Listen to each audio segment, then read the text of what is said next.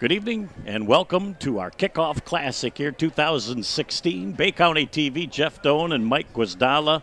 Pleased to bring this first game from John Loop Field here at John Glenn High School, Mike. Well, I'll tell you, Jeff, it's a great night for football. The weather's fine, good turnout. A lot of old coaches and people I just met walking back from the concession stand.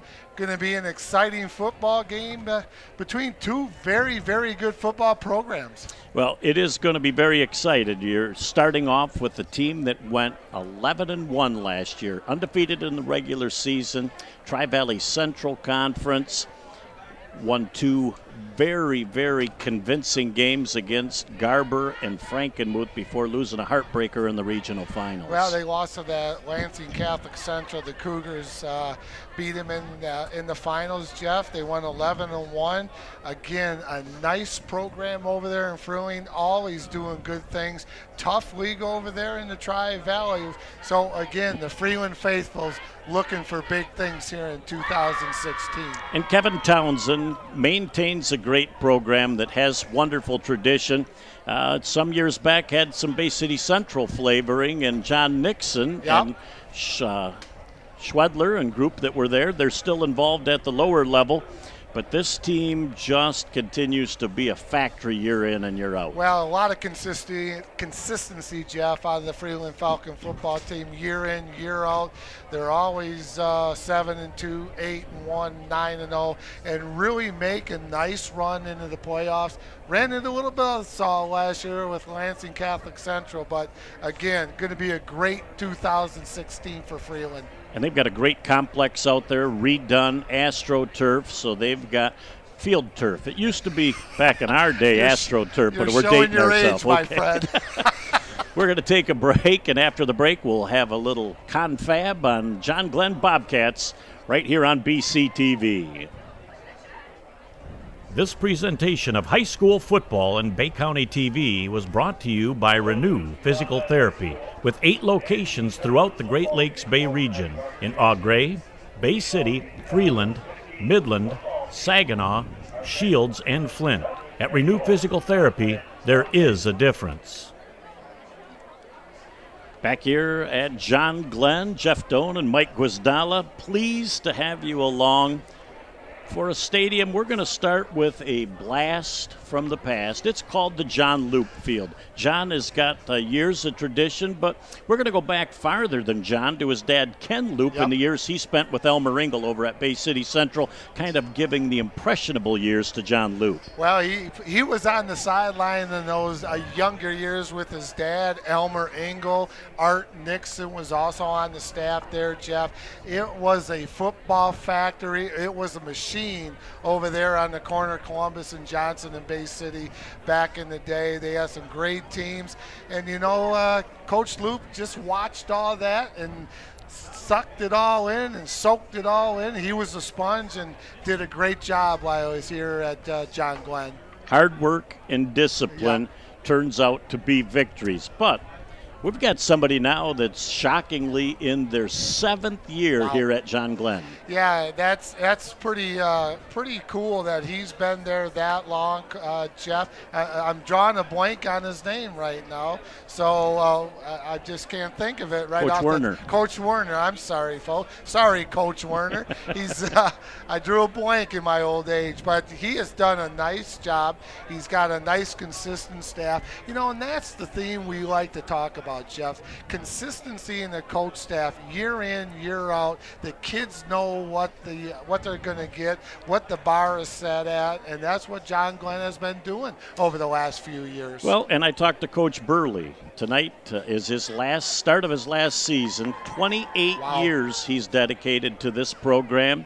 His grandson is in his senior year, so he figures it's about time. But when you have those 2 and 3 decades of dedication, that tells you you've got great continuity in your program. Well, and that's a long time to be anywhere doing anything for 28 years. But it's nice to know that when you're sending your son out for the football program here at John Glenn, you're going to have consistency all the way from the middle school level up to the high school level with the same staff year after year. Saw Coach Loop when I was down at the concession stand, said hi to him. He had a big smile on his face. He's ready to go. It's football season. This is his time of year, Jeff.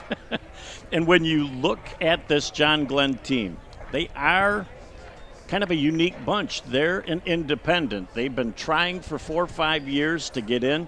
You know, they tried to get into the NEMC again. They're a little too big. Saginaw Valley wanted them. They're a little too small. They thought, okay, how about the Tri-Valley? Didn't quite get in at the Tri-Valley, and there's really not a ton of other options around here for them. Well, being a player that played in independent and coached independent was at Bay City All Saints. It's kind of like Florida State Bobby Bowden. We'll play you anytime, any place, anywhere. You name it, we'll show up, and that's what you have to do. You fire up the Bluebird, you go to Alpena, you go down to Charlotte.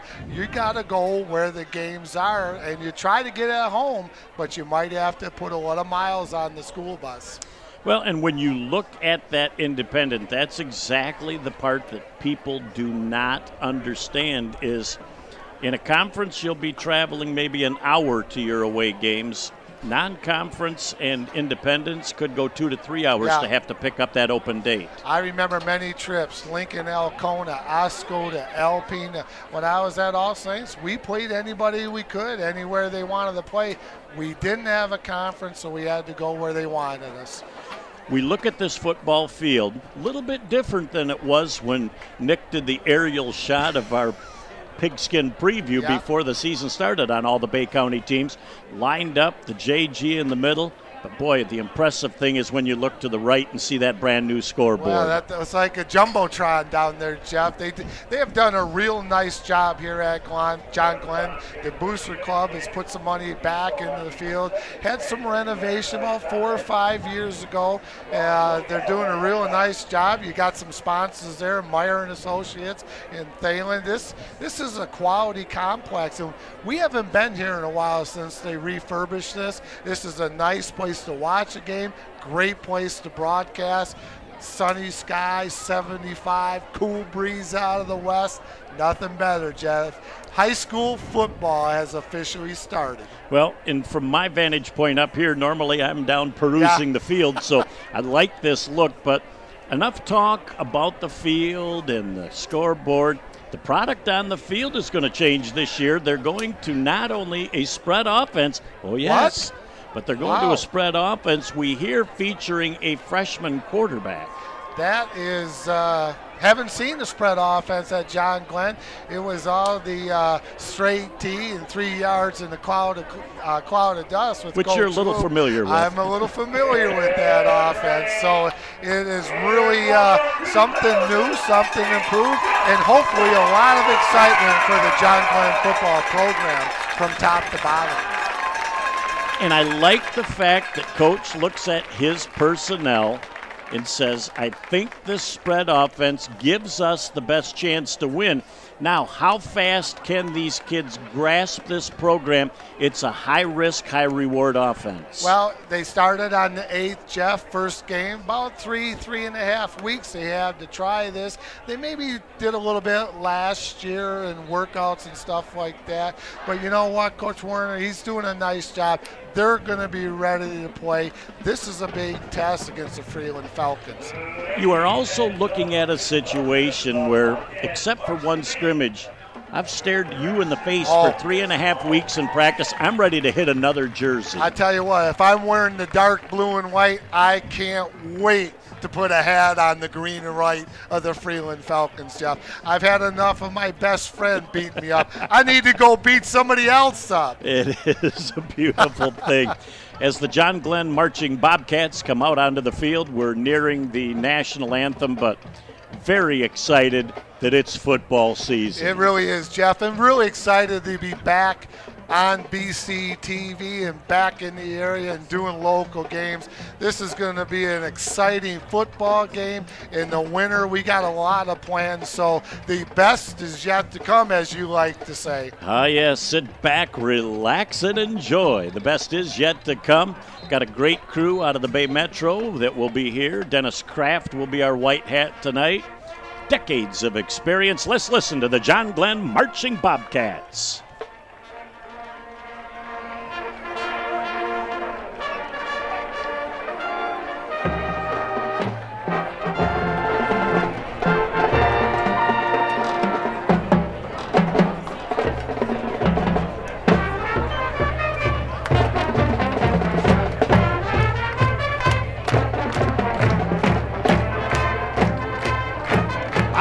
Fight song.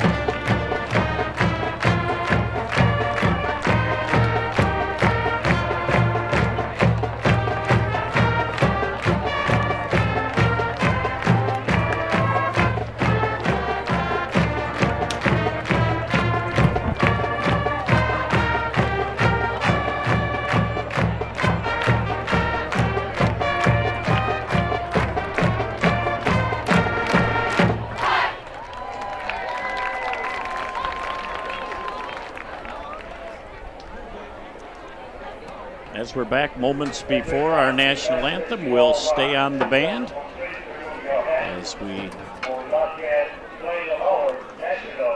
look forward to their rendition of our national anthem.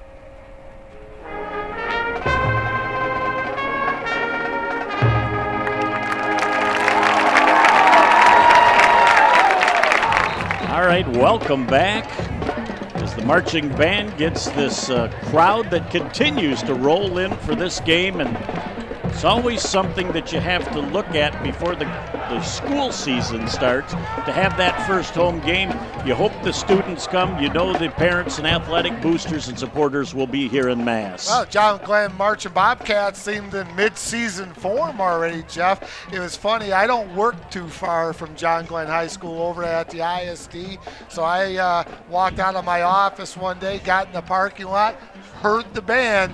That tells me one thing. High school football's just around the corner. It gave me goosebumps, Jeff. It was great to hear. Well, and again, we are very excited to be back and doing the high school broadcasts, and this will be our only regular season football game of this 2016 campaign, but much more excitement abounds with winter sports and other surprises that we'll be throwing at you, some special events. Nick's going to be a busy guy. Nick Page doing a great job for BC TV. And it has been great to work with Nick and Deb and the Bay County Board of Commissioners. We absolutely are thrilled to be back home, Jeff. Here we go to start our game. The John Glenn Bobcats won the toss. They've elected to receive, and they will be defending the south goal.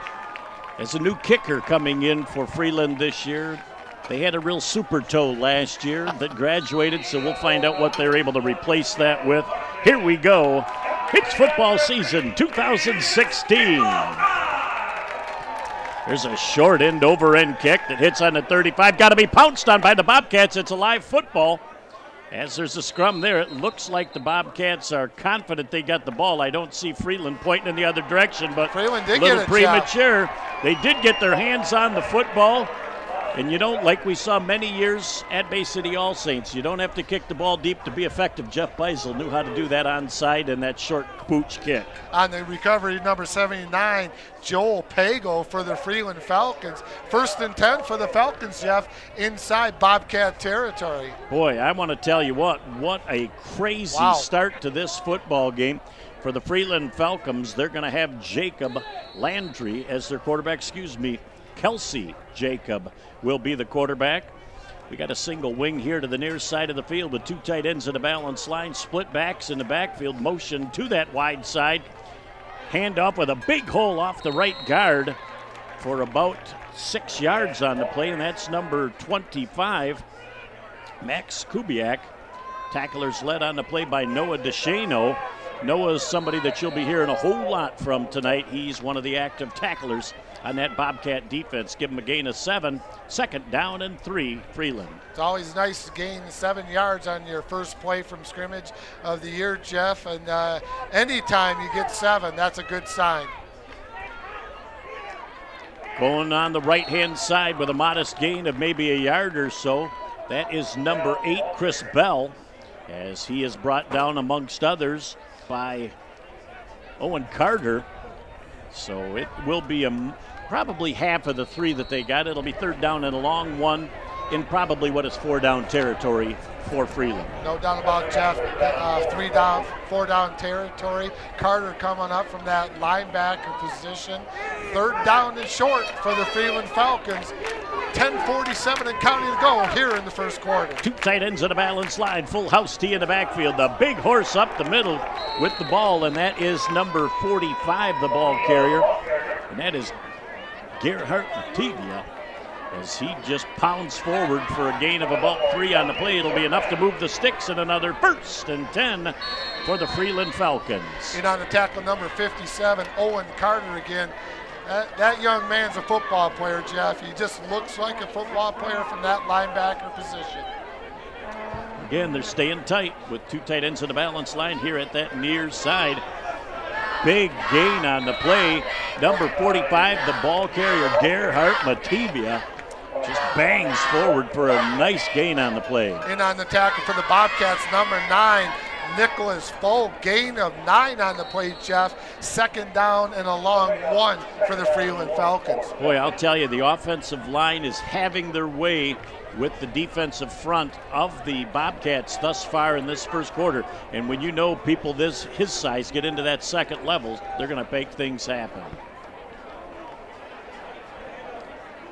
They give the ball to Kubiak now, who's down to about the 9-yard line, as again, the Freeland offense, they're not going to do anything special, Mike. They're going to pound the ball all game long, ball control offense, run the clock, move the sticks, and try and get in the end zone. Number 45, Andrew Christie in on the tackle, Jeff. It's going to be 1st and goal to goal, 2nd and goal to goal, right? First and goal to goal for the Falcons at the 10-yard line. They go with the split backs again, wing to the near side of the field, ball carried on the play by number 8, Chris Bell. He gets down maybe a 2-yard gain to about the 7, as the Bobcat defense much more responsive on that 1st down run. Well, taking a lot of time, Jeff. 9:08 to go in the first quarter. Nothing real fancy about the Freeland Falcons. We've watched them for many years. This is what they do. They control the ball. They don't want you to have it, and this is a typical Freeland football right now. Well, and they pride themselves on very few miscues, too. So handoff going to Matibia right up the middle. He's into the end zone. It's a Freeland Falcon touchdown. Boy, I'll tell you what, very patient run by Matibia. He ends up sitting behind that offensive line, lets him push, stutter steps a step or 2, and then just plows his way into the infield. Well, this is Freeland Falcon football. Infield, Tigers are now. Hey, we're even getting our football stuff going, Jeff. This is our first game. Typical Freeland Falcon. Time off the clock. attempt for the extra point.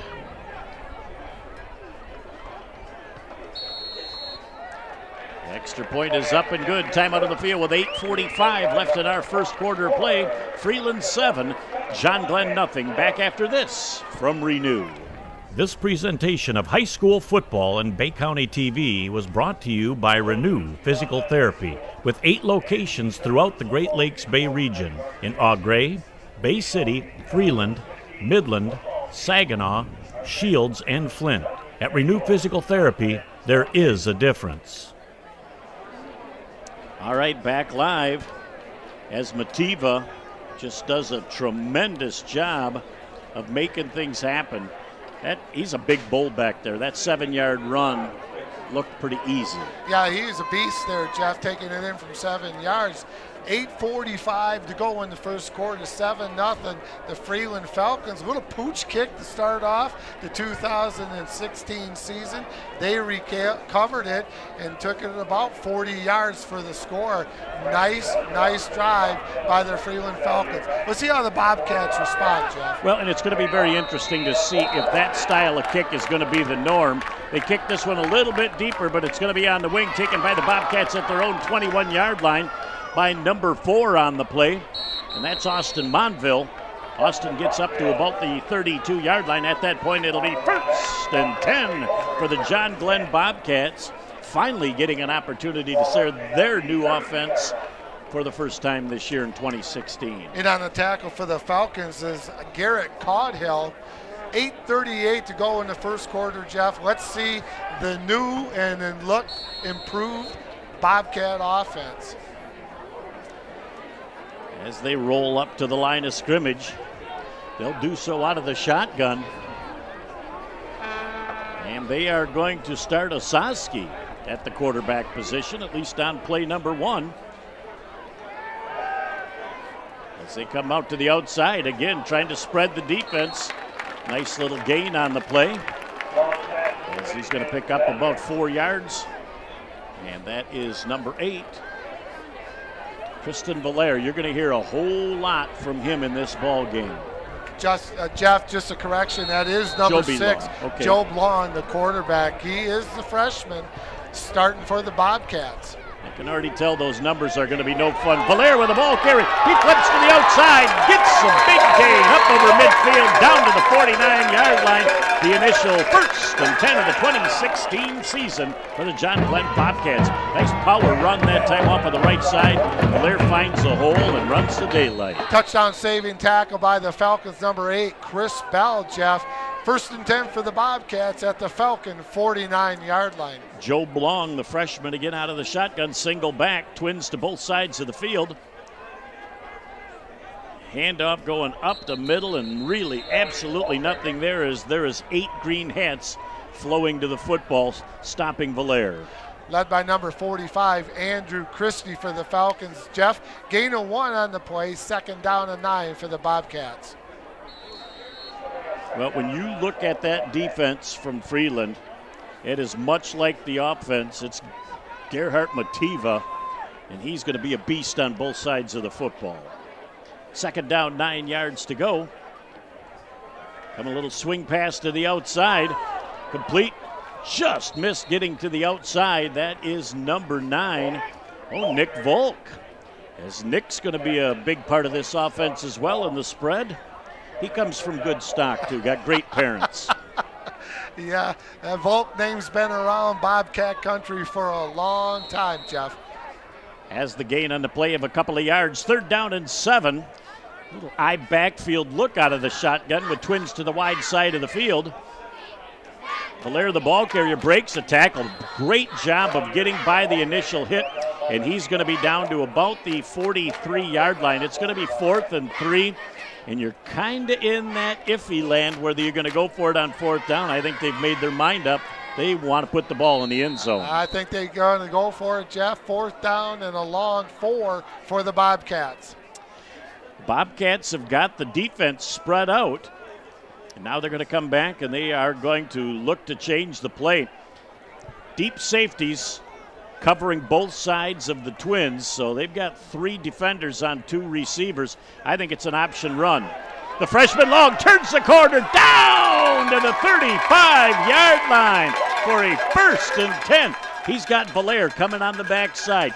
Saw the opening. Didn't even need to run a fake, Mike. He just tucked it, saw the opening, and went for the first down. You know what that tells me right there, Jeff? Lots of confidence in that freshman quarterback to the coaching staff here at John Glenn. 4th and a big play early in the game. Give it to the freshman quarterback. Confidence builder right there. Now they're going to run trips to that wide side of the field. Valair, the ball carrier's looking to get to the outside. Can he turn the corner? He does have a step. He's down to about the 25-yard line. He'll be knocked out of bounds 1 yard short of the first down after a 9-yard carry on the play. Tanner Hare with that tackle. But I'll tell you, Valair went to the inside, not much there.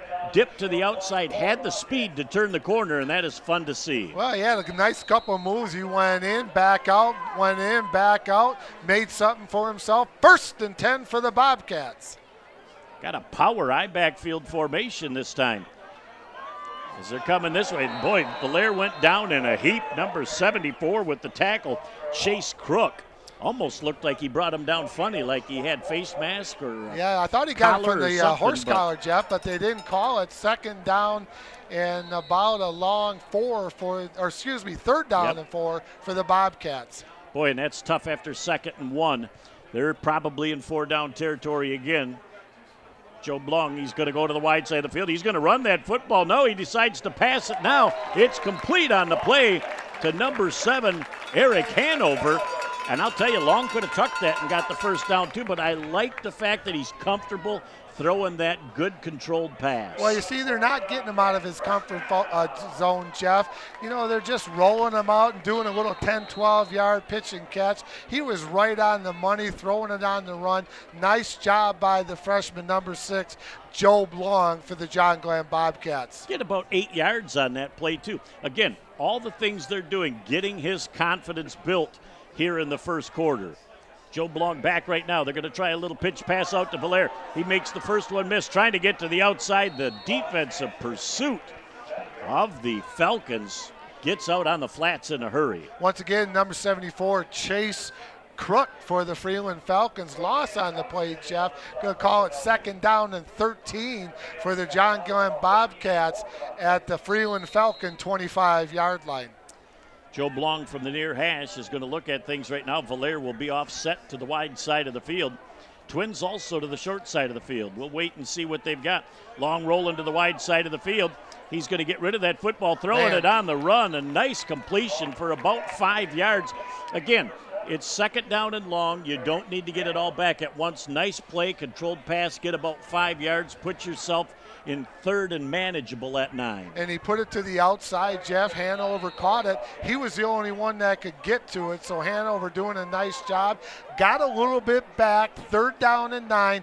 Nice job by Long for the Bobcats. And I'll guarantee they're looking in the room, too, watching the defensive pursuit on the rollout. You'll be setting up a little return of a reverse play of something. Pass down the middle. It's intended on the play for number 9, Nicholas Volk. He's into the end zone. It's a John Glenn Bobcat touchdown! What a play again. Volk runs a little skinny post up the middle. He goes, no skinny about that, Mr. Dome. That was a big post, and that was a big 6. I tell you, I love the way Joe Blong throws the football, Jeff. He's really cool under pressure, puts it right on the dime. Little fake out to the left, look to the post, touchdown, John Glenn. Ice water in the veins with the attempt now at the extra point. The extra point is up, and it is wide to the right. No good. Time out of the field with 4:20 left in our first quarter of play. Freeland Falcons 7, John Glenn Bobcats 6.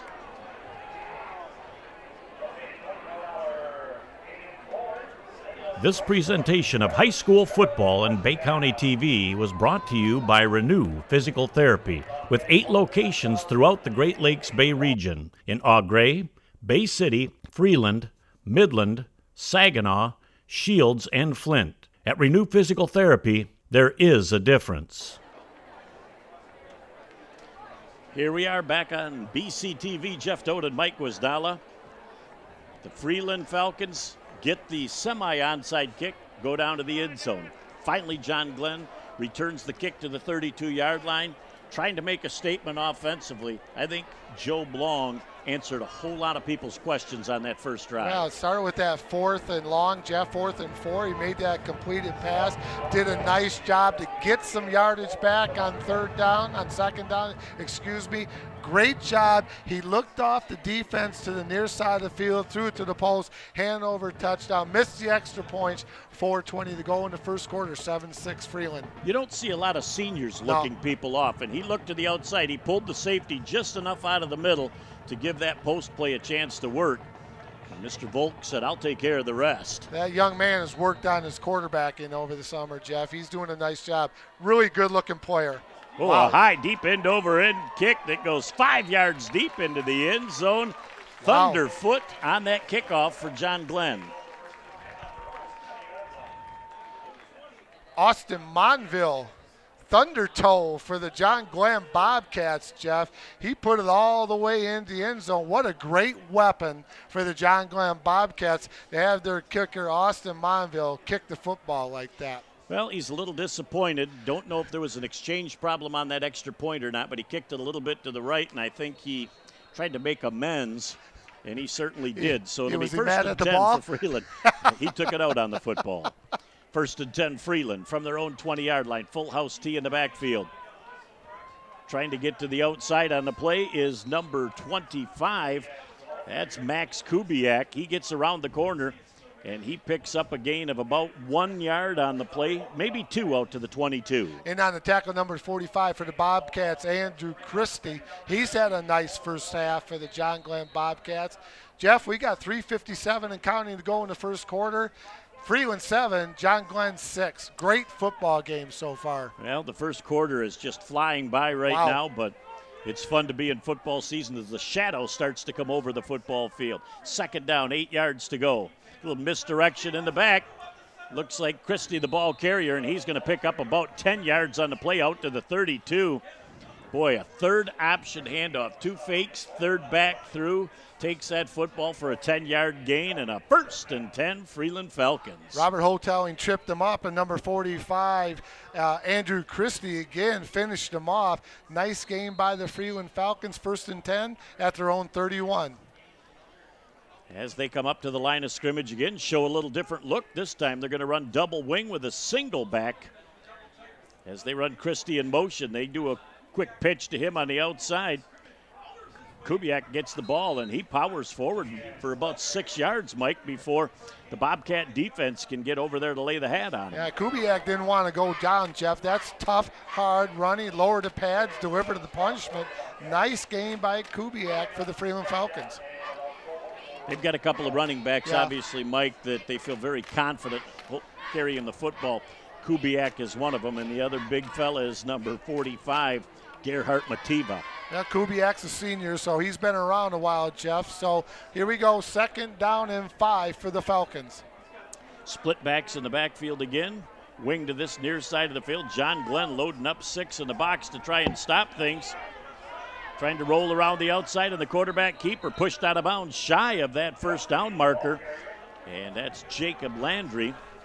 Brought down on the play. Number 45, Andrew Christie, knocked him out of bounds. Just short of the first down, Jeff. This could be an interesting play right here. Third down and 2 for the Freeland Falcons at the 39-yard line. How about Christie defensively? Your inside linebacker calls the plays defensively. One of those kids that just has a nose for the football. He is all around the football, the knife, Jeff, for that middle linebacker position. Watch Mativa on this play, number 45. He'll be going right off of the right guard. Oh, Mativa he went off the left guard. He went to the left side instead of the right, but I'll tell you, John Glenn had the initial running back at number 25 stuffed coming through the line. Kubiak did not carry the ball. Mativa did, and I'll tell you, head to helmet, he's a tough kid to stop, enough to move the sticks from the 46. It'll be first and 10 for the Freeland Falcons. Max Kubiak again, the ball carrier, Jeff, and I'll tell you what, 5'11", 175, low center of gravity. As the ball is handed off on the play to number 3 from the Freeland Falcons. Don't believe we've seen him carry yet before. Tyler Shea. He gets the carry, and he picks up about 3 yards on the play as he is to the 49-yard line. Bobcats flowed much better the football on that play. A nice run by number 3, Tyler Shea. Nice balance attack by the Freeland Falcons, Jeff. Kind of spread around to their fullbacks. You see a double wing. You see the full house tee. So they're kind of throwing a lot of things right now at the Bobcats. $1:33 and counting left in the first quarter. 7-6 Freeland over John Glenn in the kickoff classic of 2016. Looks like Mativa, the ball carrier, much better job defensively by the Bobcats, number 44. And on the tackle, number 44, Tyler Sink brought the running back from the Falcons down. 3rd down and 4 for the Freeland Falcons, just inside Bobcat territory, Jeff. As we're tickling 1 minute left in our first quarter of play, a very briskly played first quarter of play. And with the heat outside, Mike, again, temp in the mid-70s, have not seen any cramping going on, which is great to see. They're well-conditioned athletes. Handoff going to Kubiak. Kubiak cuts down to about the 45-yard line. He is going to be just shy of the first down marker. It will be 4th down and about a football and a half. Yeah, he is very close, Jeff. He just about made it. Tried to get the ball, get it over to the first down marker. Did not work. 4th down and about a yard, maybe yard and a half to get the first down for the Freeland Falcons. 19 ticks to go here in the first quarter. 4th down and about a half a yard. Full house tee in the backfield. Bobcats coming with 8. They give that ball to Mativa, and he bangs forward to the 39-yard line with 7 ticks left in the first quarter. It'll be 1st and 10 for the Freeland Falcons. They will put this ball down. They will start the clock, and that will end our first quarter of play as the final 5 ticks go off the first quarter clock in wonderful fashion. We'll be back for the second 12 minutes right after this from our friends at Renew Physical Therapy.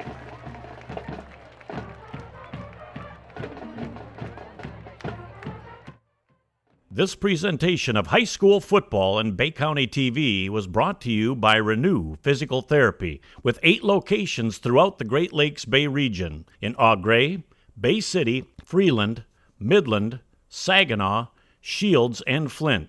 At Renew Physical Therapy, there is a difference.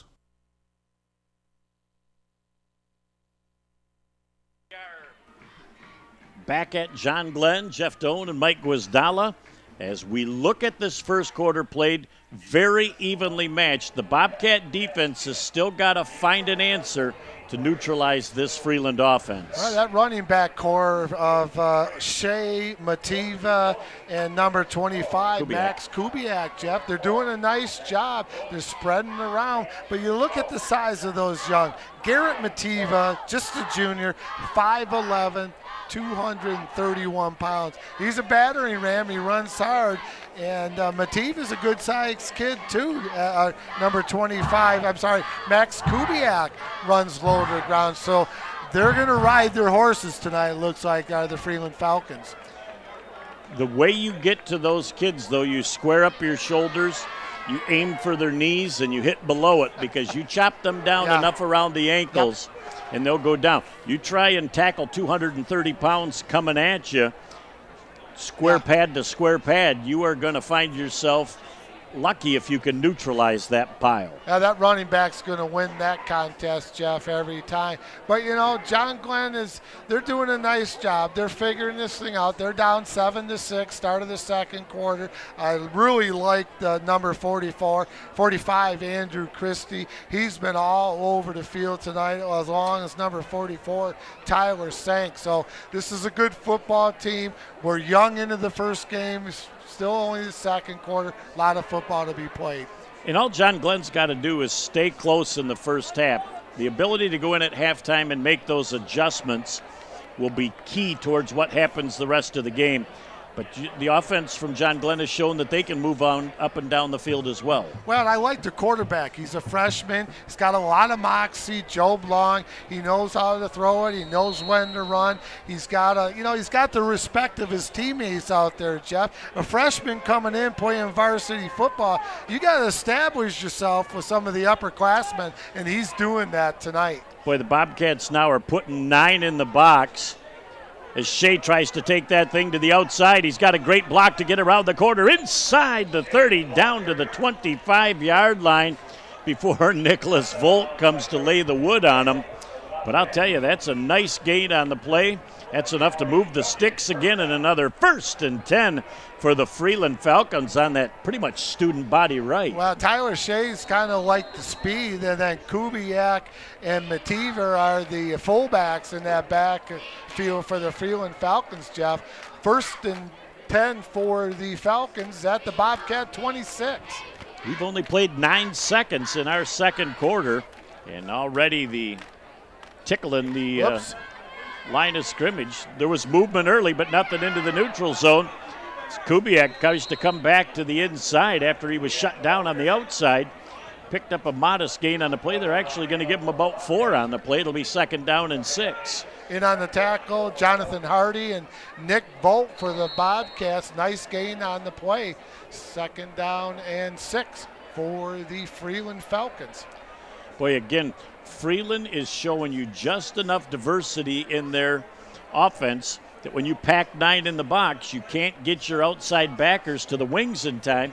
They're going to stretch the corner. Then you try and take that step or two outside as your backers, and they're going to try and go between the tackles. Mativa runs up the middle. Bobcats doing a nice job on him, but he slips through a couple of tackles. Very close to the 1st down marker. In fact, at the 14-yard line, he'll have enough for a Freeland Falcon 1st and 10. No DeShano in on the tackle for the Bobcats, Jeff. Again, 1st and 10 for the Bobcats just inside the 15-yard line. 10:57 and counting to go here in the first half. Freeland 7, John Glenn 6. Yeah, when you got people like DeShano making your tackles, you can't have your last line of defense having to make that tackle. Mativa's got to be hit low if they're going to keep him neutralized. There's Austin. Back on the quarterback. Keeper trying to come around the corner. He's Christied. I'm sorry, Andrew Christie on the blitz. Hey, that play didn't look very good from the start, Jeff, for the Freeland Falcons. Well, they faked the handoff to Chris Bell, who we have not seen utilized. And if they were looking to see how the defense would react, I would say the blitz package on that play was the right call defensively. Yeah, Mr. Christie was right there. He was there before the ball was even snapped, I think. That's how quick he got there. 2nd down and 15 for the Freeland Falcons at the Bobcat 18. Kelsey, the quarterback, now with a full house tee in the backfield. He's back to pass again. Pressure comes. Throws that ball out to Bell. Bell picks it up inside the 10. He's down to about the 6-yard line where he'll be marked out of bounds just shy of that 1st down marker. But that is the first positive pass play that we've seen from Freeland in this game. Well, they're not known for their passing game, Jeff. Great call by Coach Townsend. Hanover for the Bobcats in on the tackle. 3rd down and a long 2 for the Freeland Falcons just outside the 5-yard line. Boy, 4-down territory. Again, they can do just about anything that they choose on this 3rd down play. Split backfield now. Twins on the tight end. They give that ball to Mativa. Mativa gets down inside the 5, doesn't get to the end zone, but gets the 1st down as he's brought down at the 2. Nice job with a submarine tackle by the Bobcat defense. Christie tripped him up, and number 9 for the Bobcats, Nick Volk, finished him off. But 1st and goal to go for the Freeland Falcons with 9:18 to go in the first half, Jeff. Well, it is going to be interesting now as Vanover comes off the field. A little bit of a jumbo package defensively coming, trying to neutralize this very efficient Falcon offense in the first half. Hanover coming off, going to go get a drink. He's done a nice job tonight. John Glenn's going to have to stiffen up right here, keep him out of the end zone. Just into the ball game is number 16, Jacob Landry. And it looks like the Bobcats are moving defensively, and it's the call indeed. As Ray Powers, our line judge, comes over and talks to Dennis Kraft and says, offside defense. Monty Brown on the other side says, agree. I'll tell you. You know them all, my friend. Well, that's a lot of years of association. Experience. Yep, those people are good. Start the clock again. Now 1st and goal at the 1. And I'll tell you, the Bobcat defense has got a big job in front of them trying to neutralize 4 plays from the 1-yard line. Handoff is going to Kubiak. He's sniffing the goal line, but short. It will be 2nd down. And at this point, Freeland doesn't care if it takes 3-4 plays, Mike. They're chewing up the clock, and they're pretty confident they can get it into the end zone. He tried to drive over the goal line, Jeff, but he didn't make it. And nice job by the interior defensive line of the Bobcats stopping that first down play. And you're going to find the Bobcat defense, they're going to try and hit all the gaps here and shut things down. Handoff again up the middle. He did not get in the end zone. The Bobcat defense gets stifling all of a sudden. The ball was loose. Christie picks it up. Whistle had blown. It'll be 3rd down and goal. As we'll look now, and the nose of the football is within inches of the goal line. I'm not sure if you can get it in closer without being in the end zone, Jeff. Great job on the first 2 plays by that tough Bobcat defense. And the defense has no problem selling out right now. I think if Freeland opts to go to the outside, they may have an opportunity. But coming to the inside, that yard has been very stingy and tough to come by. Up to the line of scrimmage they come again. The big fella, Mativa, scampers into the end zone. It is a Freeland Falcon touchdown. Nice drive as they take the entirety of the second quarter and the gap at the end of the first quarter to make this touchdown series with 7:14 left in our first half of play, 13-6 pending the extra point try. Chad Martin will be attempting the extra point for Freeland. Kick is low. Kubiak picks it up, trying to go to the outside. He fakes like he's passing. Does he get into the end zone? Yes, he does get just into the corner of the end zone. The unplanned, the 2-point conversion is good. We've got timeout on the field with 7:14 left in our first half of play. Freeland Falcons 15 and the John Glenn Bobcats 6. We'll be back in just a moment.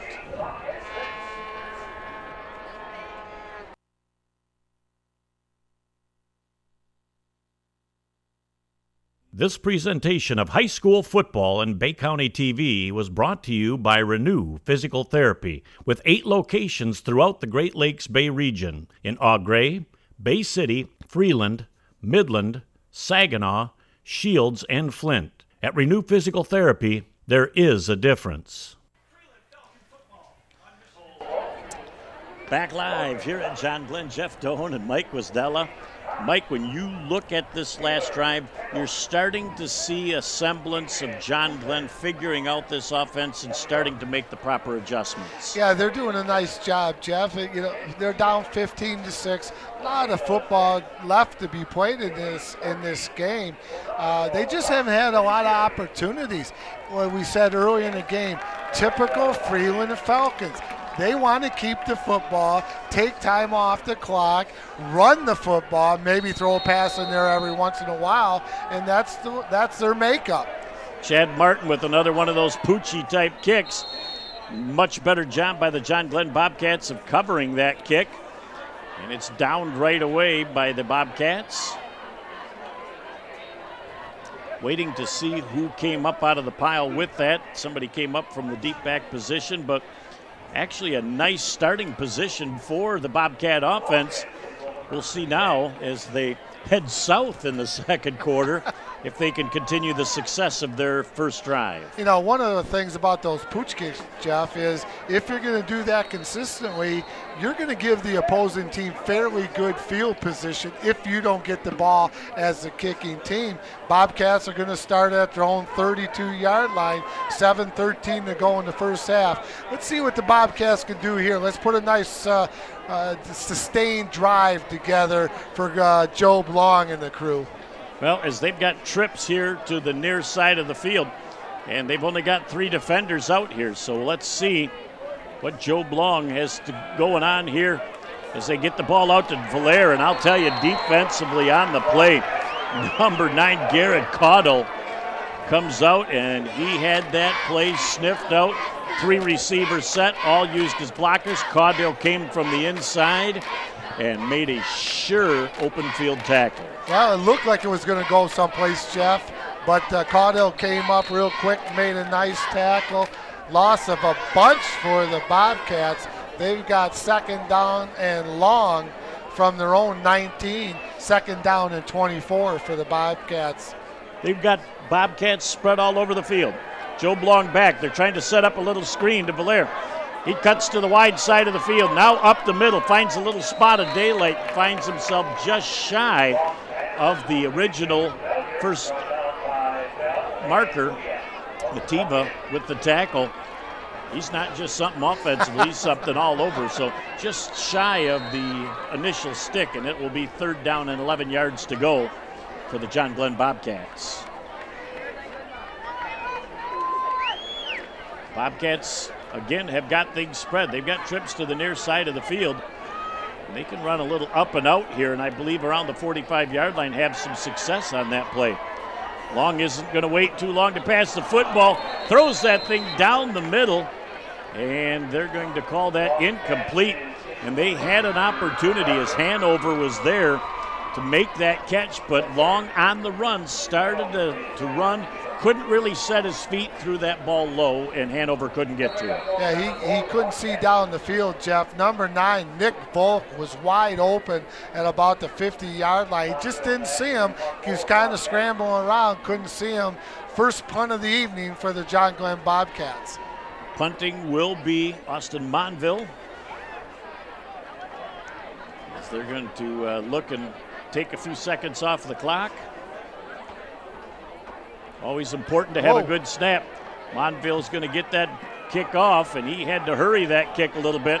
Boy, it looked like one of your 9-irons, Mike. It hit at the 45 and came back to the 46-yard line. So really that high snap threw that play off, and he knew Monville had to kick that ball and get what he could out of it because pressure was coming. Well, Freeland's going to come away with great field position, Jeff. It's going to be 1st and 10 at their own 46-yard line. Another briskly played quarter, 5:39 to go in the first half. 15-6, Freeland Falcons over the John Glenn Bobcats. Couple of drives and a couple of touchdowns now for the Freeland Falcons. It's going to be imperative that the John Glenn Bobcat defense keeps them out of the end zone here because Freeland gets the football to start that 3rd quarter. Split backs again with the wing to the wide side of the field. Kelsey back to throw the football.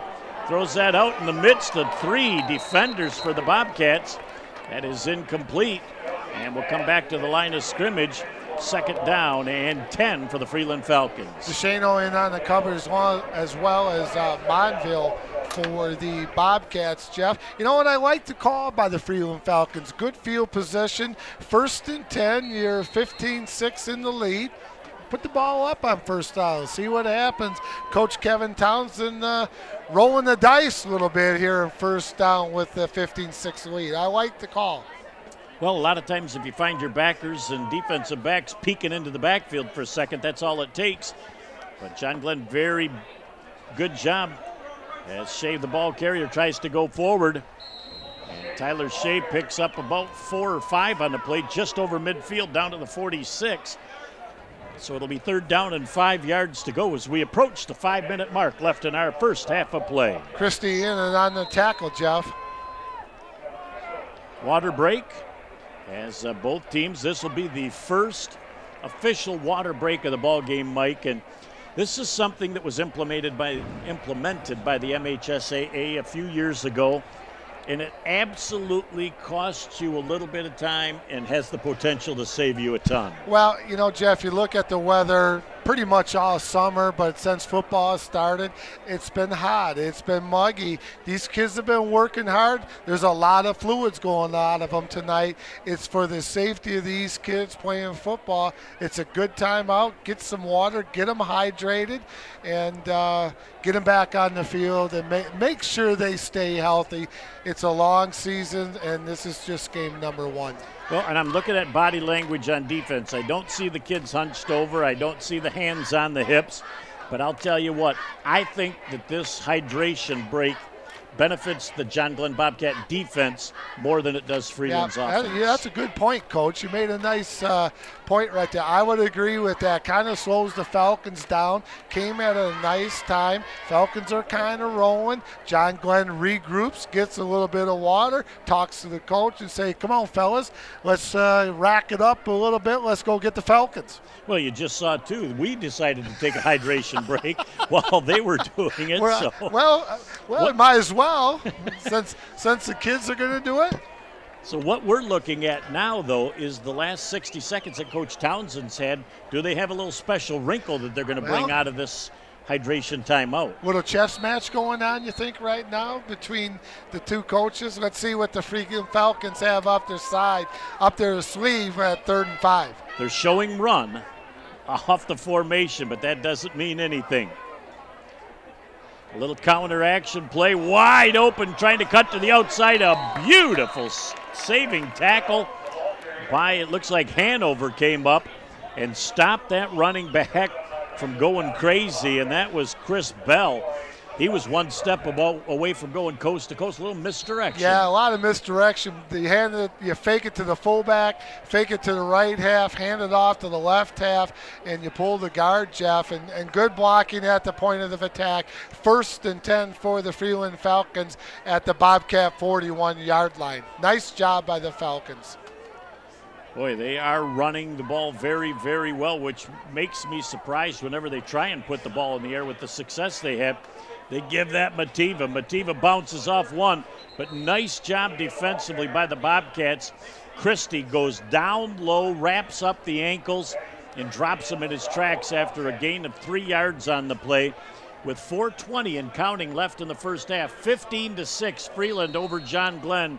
Jeff Doan and Mike Guzdala, glad to have you here in our kickoff classic. And on the tackle for the Bobcats, number 1, Brandon Valier. That's his first tackle of the evening. Jeff, he came up from that safety position and put the hit on Mativa. And you got to keep hitting Mativa as he gets the ball again. Breaks another tackle very close to the first down marker. They're going to say he's just shy. So it will be 3rd down and a short one situation. That won't be close enough to measure as they bring this down in. Again, ball control offense chewing up the clock, Mike. Yeah, that's, as we said earlier, Jeff, this is the modus operandi for the Freeland Falcons. This is what they do best, and they've been doing this type of football for many, many years. But Kubiak out, Mativa out, still full house T in the backfield. They bring in another big fella. I believe that was Landry. As he gets up inside the 30 to the 29-yard line, it'll be enough for another 1st and 10 for the Freeland Falcons. As they just continued to move the sticks, control the clock, and lead in the first half. The big fella, Jonathan Hardy, in on the tackle. Got him around the ankles, Jeff. Wouldn't let him go, but the Falcons got the first down. 3:09 to go in the first half. Freeland up 15-6 over the John Glenn Bobcats. And that Bobcat defense has got to come up big. Left tackle gets a little bit antsy. Only the 2nd yellow hanky we've seen in the first half. And, you know, people go, first game of the year for the offense, first game of the year for the defense, first game of the year for the officiating crew. Stellar marks in the first half. I like the fact when you let kids play ball and you clean up what has to be cleaned up. Yeah, it's been a very clean football game, Jeff. Both teams doing a nice job. John Glenn looks, they look good. They just got to have a stop right here. Can't let Freeland get in the end zone with 2:48 to go in the first half. Wide open on the offense. Ball to Shea, Nice. and he is stuffed in the backfield. Lucky if he gets back to the line of scrimmage. Bobcats had a little reunion at the point of attack there. There was a whole bunch of blue hats right there for the Bobcats, Jeff. Nice job on defense by the whole Bobcat team holding that Freeland Falcon. Lost some yardage. Noah DeShano, amongst others, up to lay the lumber on that ball, but nice to see the defense flow to the football on that play. A lot of blue helmets right there, Jeff, and that's what you like to see on your defense. A lot of hats to the football. And making a loss of 1 on 1st and 15 puts them in uncharacteristic 2nd and real long. Ball is fumbled, picked up by the Bobcats at the 40-yard line. Kelsey had that situation, Mike. He was trying to run the play before he secured the football, and by doing that, he bobbled it twice, and as soon as he did that, he smelled Bobcat. Owen Carter, number 57, Jeff, on the fumble recovery. Just what the Bobcats needed right here. Turnover, great field position for the Bobcats. 2 minutes to go in the first half. This is a great opportunity for John Glenn. All 3 timeouts left as well. Good point. So it'll be interesting to see what the John Glenn Bobcats can do now,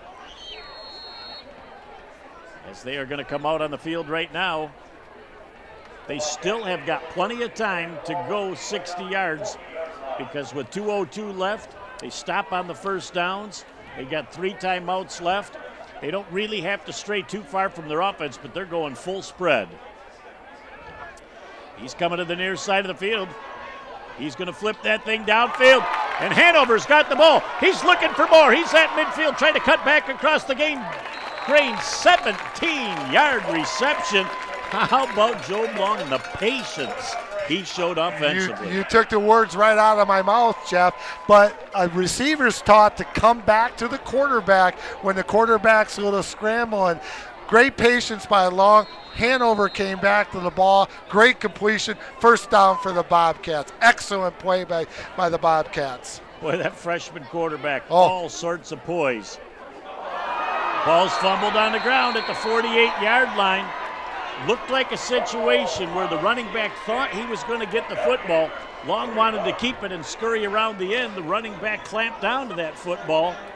And the ball goes down on the turf, and with $1:45 left in the first half, Freeland says we got another opportunity. We're going to have our hands back on the football. Just a tough break by the John Glenn Bobcats, Jeff. Had a great play on first down, got the first down between Long and Hanover. Just a little miscue on the handoff for the John Glenn Bobcats. 1st and 10 for the Falcons at their own 47-yard line. They've still got some time left in the first half. Ball carrier on the play is number 8, Chris Bell. He picks up a modest gain of about 3 on the play. The Bobcats will give him 3 the rest of the first half. And on the tackle for the Bobcats, number 44, Tyler Sank. He's had a nice first half as Tyler. Gain on the play. Gain of 4 on the play, 2nd and 6. We got timeout, John Glenn Bobcats, as we'll keep it right here. The Bobcats didn't look like they had time defensively to call their play. And as the offense came up to the line of scrimmage, you've got 3 timeouts. Taking them into the locker room with you doesn't benefit you anything at all. Yeah, you got to use them while you can, Jeff. Minute 22. Let's go back a few plays.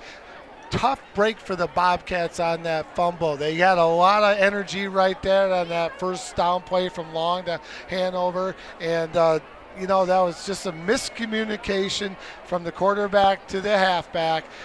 Got the fumbles, turned over to the Falcons.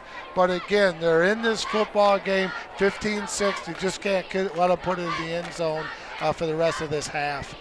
And the Bobcat defense is starting to make the right adjustments defensively. So watching them in the rest of this first half will go a long way towards the final outcome of this football game. But stopping them here is that huge first step that they need. Yeah, that was just a tough break for the Bobcats, Jeff. But you know what? We still got a half of football to play, lots of time left. I like the Bobcat defense. You got number 45, Andrew Christery, Tyler Sank. I love Joe Long, the freshman quarterback. He's done some nice things. He's really leading this football team. Seen a lot of good things from the Bobcats early here in the first football game. Lots to build on, but boy, there'll be nothing beating a good W at the end of Yeah. this. So, Yep. but I'll tell you what a tough first game. You know, it's almost a playoff type atmosphere with these two You're right. quality football teams. Up to the line of scrimmage. Back to pass. No time to throw the football again. Defensively, guess who's there? Number 57 once again, Mike, as he shoots his gap, maintains his contain from the outside, then attacks. Well, good job by number 57, Owen Carter, not letting the quarterback get to the outside. Loss on the play. 3rd down and 14. Clock is running, Jeff, for the John Glenn Bobcats. 3rd and 14, a little sense of urgency gone from the offense on that loss. Yeah. I think they're just going to let the clock run out and go and regroup. But we've been wrong before. So. I would say watch out on 3rd and long. They're going to send something down the field and see what they can do. Here comes the pressure again. They get that thing on a screen pass to Mativa. Mativa's got room to the outside. Picks up the 1st down and more. Breaks a couple of tackles. Stays on his feet down to the 30-yard line. The ball's down. And the Bobcats say they've got the football. I think he was down, Jeff. Let's see what the officials say. Well, it is Bobcat Oh, he football. did get the football. Nice job. Wow, that's a big turnover. Mativa got greedy at the end of that play, broke a couple of tackles. That football came out from his side just a little bit, and a great job, an alert job defense by the Bobcats to knock that football out as he was striving for more and cost the Falcons an opportunity, but a big break for the Bobcats' well-deserved turnover. The referees are going to talk about it, but again, you know, you see that a lot. Kids going for that 2nd, 3rd effort, Jeff. They get hit from behind, they get blindsided, they burp up the ball. Bobcats have it, but the referees are having a little confab right at the 30-yard line about this situation. It will be interesting to see as they talk things over right now. Coach Kevin Townsend's talking to the officials. He's got his Kraft will go over too and let them know what's going on. If this stays with the Bobcat, this is a huge break for John Glenn. Big turnover.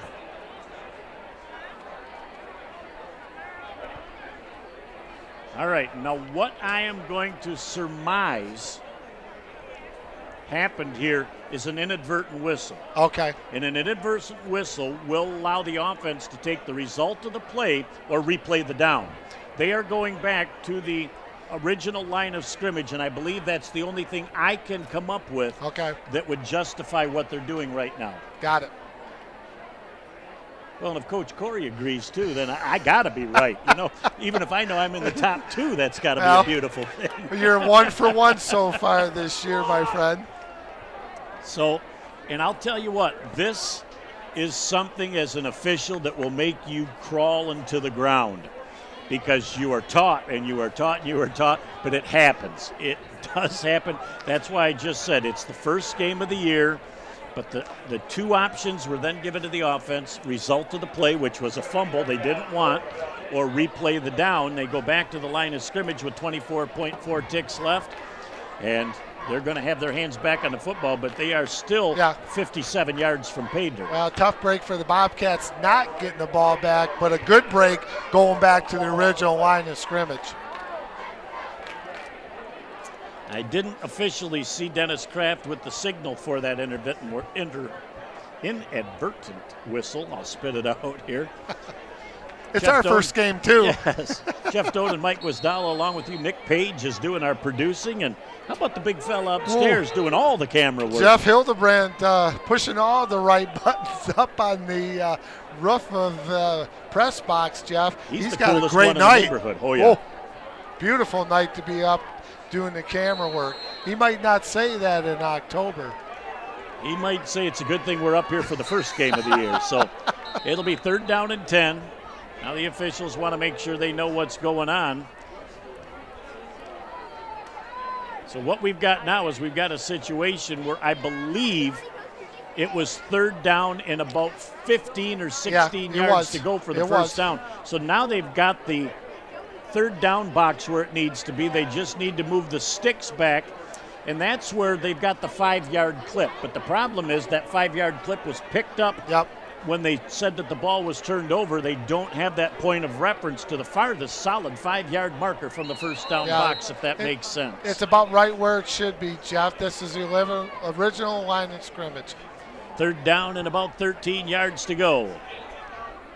Trying to pop that ball up the middle for a modest gain on the play is number 8. That's Chris Bell. And I don't believe they're going to try and run another play here the first half. They're going to get out of Dodge and be glad that they were able to make that happen. So they're going to head down into the north end zone. The Bobcats have stopped them on their last drive, and that is the end of our first half of play with our score. The Freeland Falcons 15 and the John Glenn Bobcats 6. Mike, as we look back and recap this first quarter, it started off with what looked like it was a pooch kick, somewhat planned. John Glenn was too far back anticipating a deep kick, ended up with some problems on it, couldn't get to it. Freeland's got a short field, scores a touchdown. John Glenn says we're going to get our hands on this kick, brought it back to the 32-yard line, and they started the most important drive of their season because they gave the freshman quarterback every chance to succeed in the first series, and he passed every test. Yeah, he really did. He's got a lot of composure out there, Jeff, a lot of moxie, a lot of his teammates are really looking at him to lead. He's doing a good job of leading this football team, and I like where they are. It's 15-6. They didn't let him in the end zone in the second quarter, so it's John Glenn's okay, but Freeland gets the football in the second half. But as the first half went on, you saw the John Glenn Bobcat defense making the necessary adjustments to help neutralize that offense that, frankly, the first two series of the game ran right down the field. Well, and you look at the first half, Jeff, very clean, not a lot of penalties. Just that one big fumble by the John Glenn Bobcats really turned it around a little bit. But 15-6, that's nothing to come back from the John Glenn Bobcats. Stiffen up that defense, hang on to the ball on offense. Bobcats are going to be okay. We're going to go down on the field right now. The John Glenn Band and the Pom-Pom Squad are going to put on a little show, and we'll come back in a little while, and we'll set the stage for what should be a great second half of football here in our Kickoff Classic 2016 on BCTV.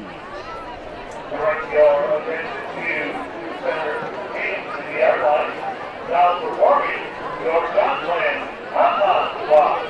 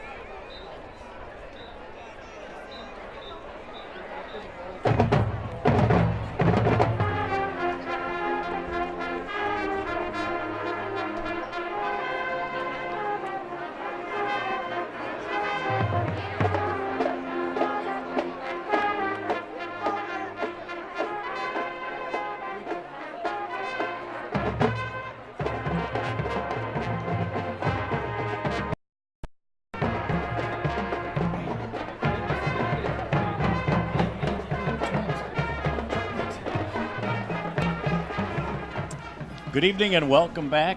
It's halftime, and halftime means something big's got to go on. So we thought, what better thing to do than to bring Superintendent of Bangor Schools, Matt Schmidt. Welcome, Matt. It's a pleasure to have you here at Kickoff Classic. Thank you. Hey, what a great night for football, huh? It's a great night for football, Matt. You got to be really happy. Got a good crowd tonight. First night of football, good weather. Things are going well in Bangor Township schools. They are.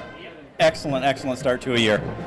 Now, as we look at all the things that we've got to look forward to, you're still fairly new in the position, but you hit the ground running and you've done nothing but fabulous things. Oh, thank you. This is a wonderful district. You know that. Great community, great families, great students, and it's an honor to be a superintendent here. Well, you were reared in the Bay City schools, too, so you come from good tutelage, but you saw a great opportunity, and you certainly have made the most of it. Absolutely. You know, Matt, we got a lot of challenges in public education today, and I know you and I see each other a lot. We talk a lot about it, but, you know, you look out here with all the challenges that you have, all the extracurricular things going on in your district. This is really special with everything that goes on extracurricular.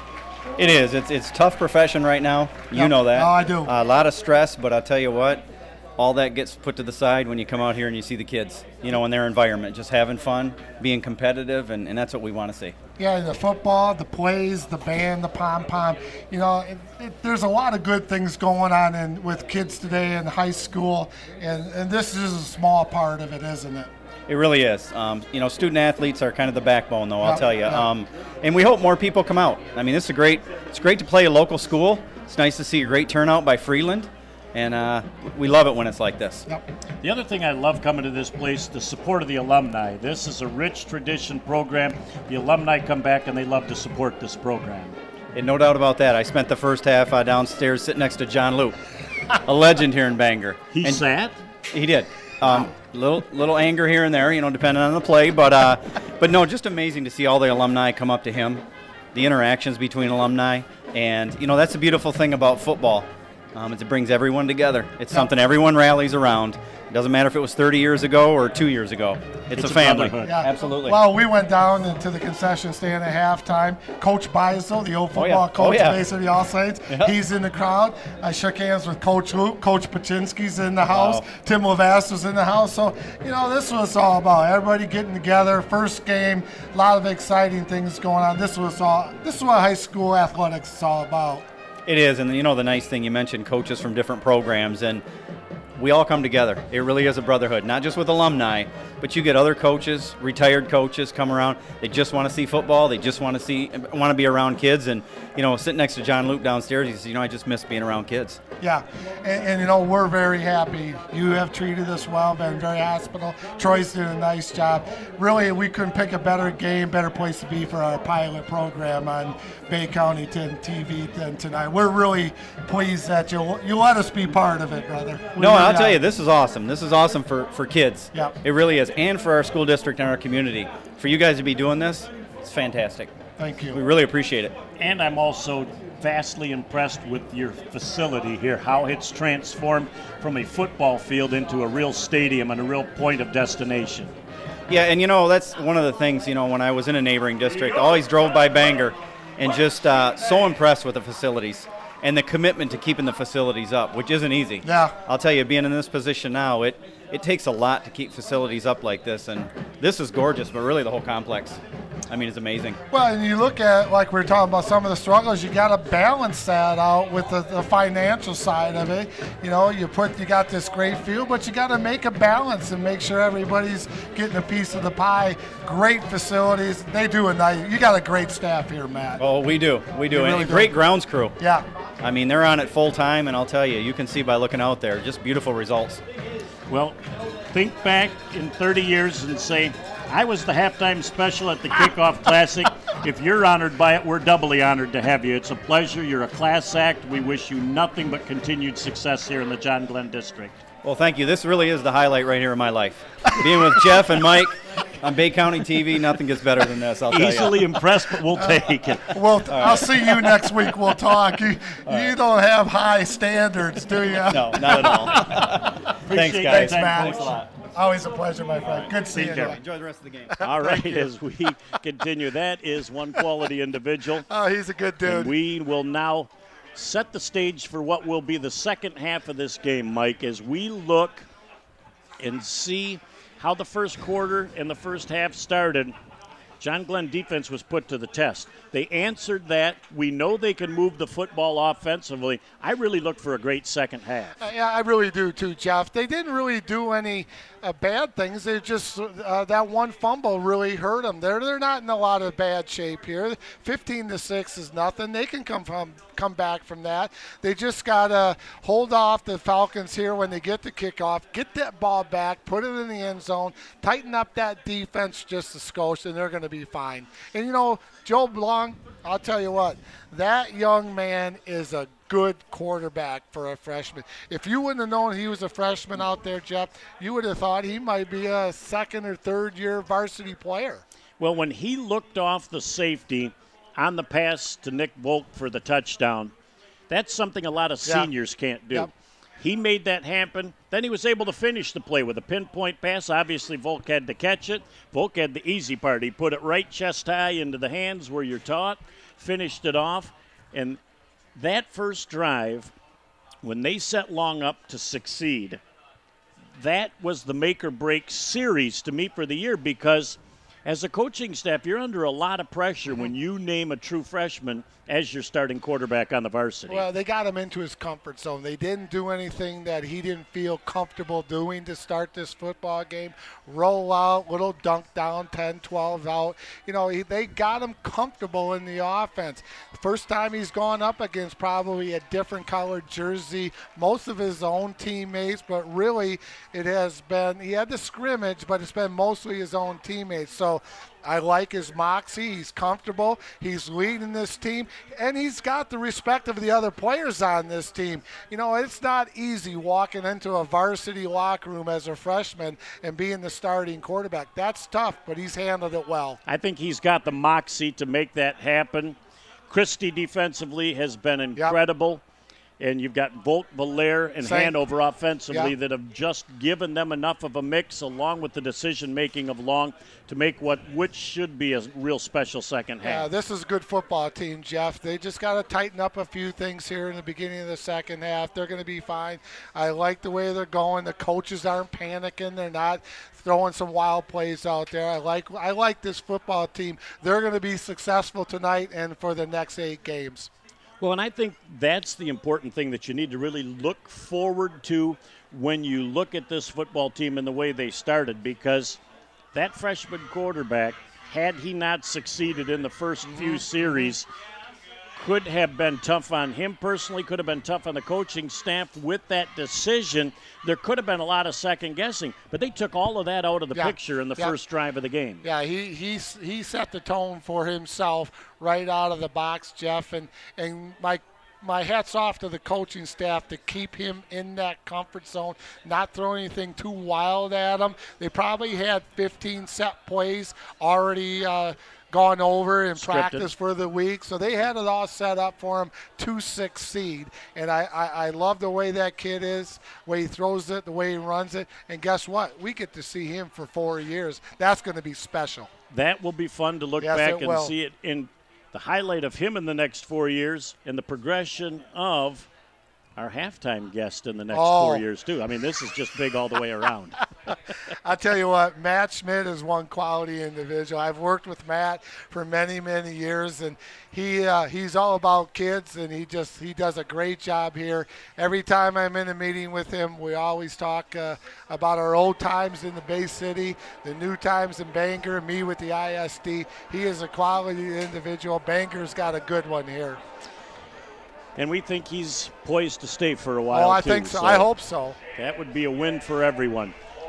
So as we go back to the beginning of the game in our recap, the Bobcats could not get the semi-pooch kick. Freeland runs down the field, scores a touchdown. They opt to receive, obviously, to start the second half. And here we go with what should be a fun and exciting second half of football. It's a high, deep kick into the end zone. It's an automatic touchback as the second straight touchdown carries into the end zone for the John Glenn Bobcats. Nice kick by number 4, Austin Monville, to start the second half. And Jeff, let's see what I don't think you're going to see a lot of adjustments by the John Glenn Bobcats. I thought they were very successful in the first half. Got to slow down Mativa. Got to slow down the other running back, number 25, Kubiak. They get that done, they're going to be okay. Well, they've got Bell, they've got Shea, so they really used 4 or 5 backs in that first half, keeping bodies fresh. I was surprised that they moved their top 2 running backs out on the first one. As that ball is carried, maybe getting back to the line of scrimmage is number 25, and that is Christie. As there was really not a lot of running room there, the Bobcats make their first adjustment of the second half. And you got to remember, too, Jeff, we're game number 1. We're starting the second half.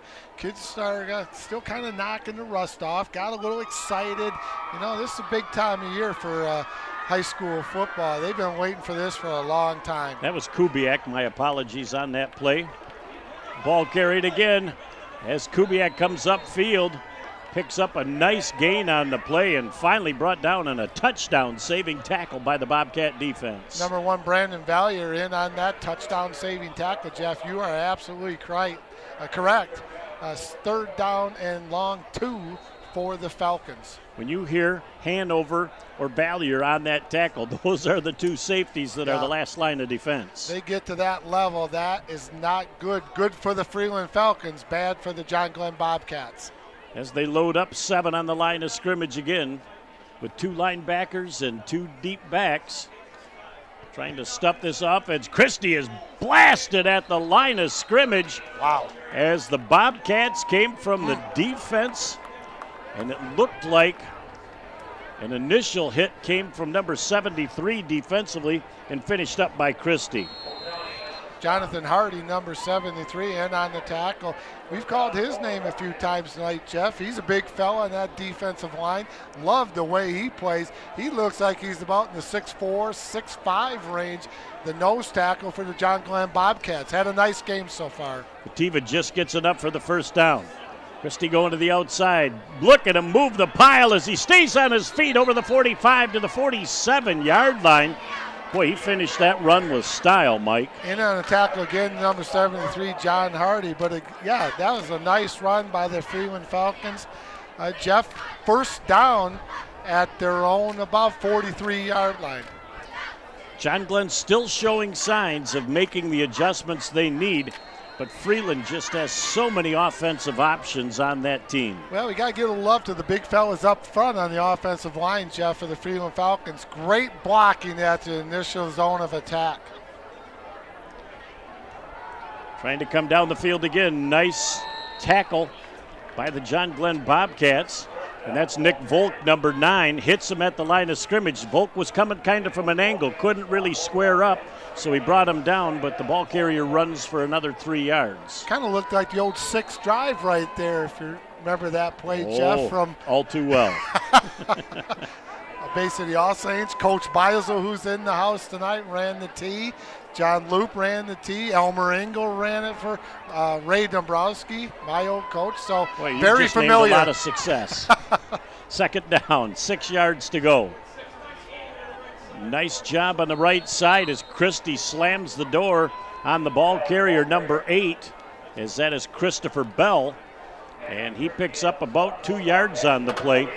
The running backs do a nice job of sitting on the hip of the offensive lineman. And Mike, that offensive lineman, all he has to do is seal. He doesn't need to pancake. Nope. You read the block, you either go inside or outside based on the block. Absolutely. If he goes inside, you go outside. If he goes outside, you go inside. And you keep going inside, cut across the grain because the backside people are coming downfield to block. Coach, you got it figured out. Shea, the ball carrier, going to the wide side, stuffed on the play defensively. Number 77, Tyler Lemire, comes up big, and you know the name we've named all night long comes to finish. Yeah, number 45, Andrew Christie again in on the tackle. 4th down and long for the Freeland Falcons. They're going to have to punt it away, Jeff. Give the ball over to the Bobcats. I don't know that they're You're thinking about it? sure they're going to punt, as they now are going to ponder things. I think out of the shotgun, the quarterback has a lot of options, including punting the football. Well, I've been wrong before, but I'd punt it, but they're going to go for it. Well, they're not even going to go out of any type of a shotgun formation. They are going to run a play. Back trying to throw the football. Sends that thing downfield. It's cradled at the 45-yard line and complete to number 21 on the play, Zach Townsend. Jacob Kelsey, the quarterback for the Freeland Falcons. Great patience, just waited for the receiver to get open. He got open, put it right on the money. Receiver knew where the first down marker was, Jeff. Got just past it, caught the football, went down, first down for the Falcons. Well, he settled in the spot that he needed to go to, and he waited for the ball to come from him. He went to the opening and got the ball, cradled it. It was a nice, safe, low throw, and it converts 1st and 10 for the Falcons. Full house tee in the backfield. Ball going to Christie. Falls forward for a couple of yards as he is hit by Nick Volk in the backfield. As there's a modest gain on the play. Maybe a yard, 2nd down and 9 yards to go. Seeing the Bobcats with a little more stunting defensively, trying to catch people in the backfield. Man, you got to take your hat off to Coach Townsend from the Falcons, Coach. 4th down and long, and he goes for it and calls a nice play. Had a lot of confidence in his football team. That just gives and more confidence now for the Freeland Falcons. As it's 2nd down and 9 right now. Again, Bobcat defense with 9 in the box. Back to throw, and there's nothing there coming down the field. They're going to throw that thing away as the Bobcats smelled the screen pass, flat out shut it down. Because he was looking to the right to throw that football. The receiver's like, no, waving his arms here. Don't throw it this way. He threw that thing deep into a safe zone, and he'll live for another down. Well, that's exactly what you got to do, Jeff. He threw it away. Referees are going to talk about this. Are they talking about possible intentional grounding? They certainly are. There wasn't anybody around that football for a long while. No, there was not anybody close. It was very obvious that he threw that ball away. Intentional grounding on the offense is a good call. I think so. And loss of down. That is a penalty and a loss of down. Well, the closest, if they were the hash marks, Jeff, the closest player is just by the hash mark, and that ball hit close out of bounds on the far sideline. So I think it's a good call and a good break for the John Glenn Bobcats. And I think that when you look at the play, Kelsey felt the pressure coming from the Bobcat defense after the screen play was imploded. They just literally threw that thing to the open spot on the field, and there was no offensive player within 15 or 20 yards. Yeah, nice job by the Bangor Township John Glenn Bobcats, Jeff. Their defensive line away from the ball stayed home, sniffed out that screen, Jeff, and that's why he had to throw the ball away. 15-yard penalty, 3rd down and a boatload, 24 yards to go. Hand up going to Christie up the middle. He gets a modest gain, maybe got 5, and John Glenn will give him 5 on 3rd and 24. And that'll bring up 4th down and 17 yards to go as the Bobcat defense makes its first stand of the second half. There looks to be just a tad bit of chirping going on right now as the things are getting just a little edgy. And boys will be boys. Oh, yes. You know, that's part of the first game of the season in punt formation for the Freeland Falcons. They're going to kick that ball away. Low safe kick, going to be picked up on the 22-yard line by the Bobcats. Coming upfield, dancing away is Valaire. He's got some running room up over the 40 to the 42-yard line. A very good return of that punt, an even better job picking that ball up down around his shoe tops. Bobcats going to come away with great field position. Number 21, Zachary Townsend for the Falcons in on that stop. 5:57, Jeff, to go in the 3rd quarter. 15-6, Freeland with the lead over the John Glenn Bobcats. Here come the Bobcats just outside the 43-yard line. Bobcats need to make a statement here in their first drive of the 3rd quarter, much like they did their first drive of the 1st quarter. See what they can do. Joe Blong back out of the shotgun right now. Twins to the near side and twins to the far side. Single offset back. Now they're going to look and see what's going on. They are going to counter that play based on the defense. Now they take their time offensively. They still had 10 seconds left. Belair up the middle, breaks a tackle, powers forward for a gain of about 5 on the play. That's what you like to see. When you can pick up 5 on first down, the playbook is wide open. Yeah, that was a nice run, Jeff, by the running back from the Bobcats, Tristan Valier. He did a nice job. Great blocking at the initial part of the attack. Good game. 2nd down and 5 for John Glenn. Same setup.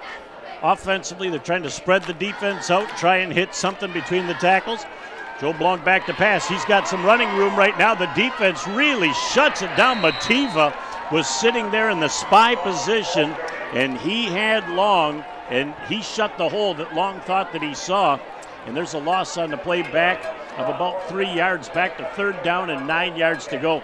Nice contained defense by Freeland. Well, and he had to tuck and run, Jeff. They had good coverage downfield. He had nobody to throw to, so he did the smart thing, live for another day, lost a couple yards, 3rd down and 8 for the Bobcats. 3rd down and again long. Bobcats have got to make something happen here from their own 45-yard line. Coming on the option, going to get rid of the ball. They kept it just long enough. Penalty flag down on the play as Valer picks up the 1st down and more down to the 43-yard line.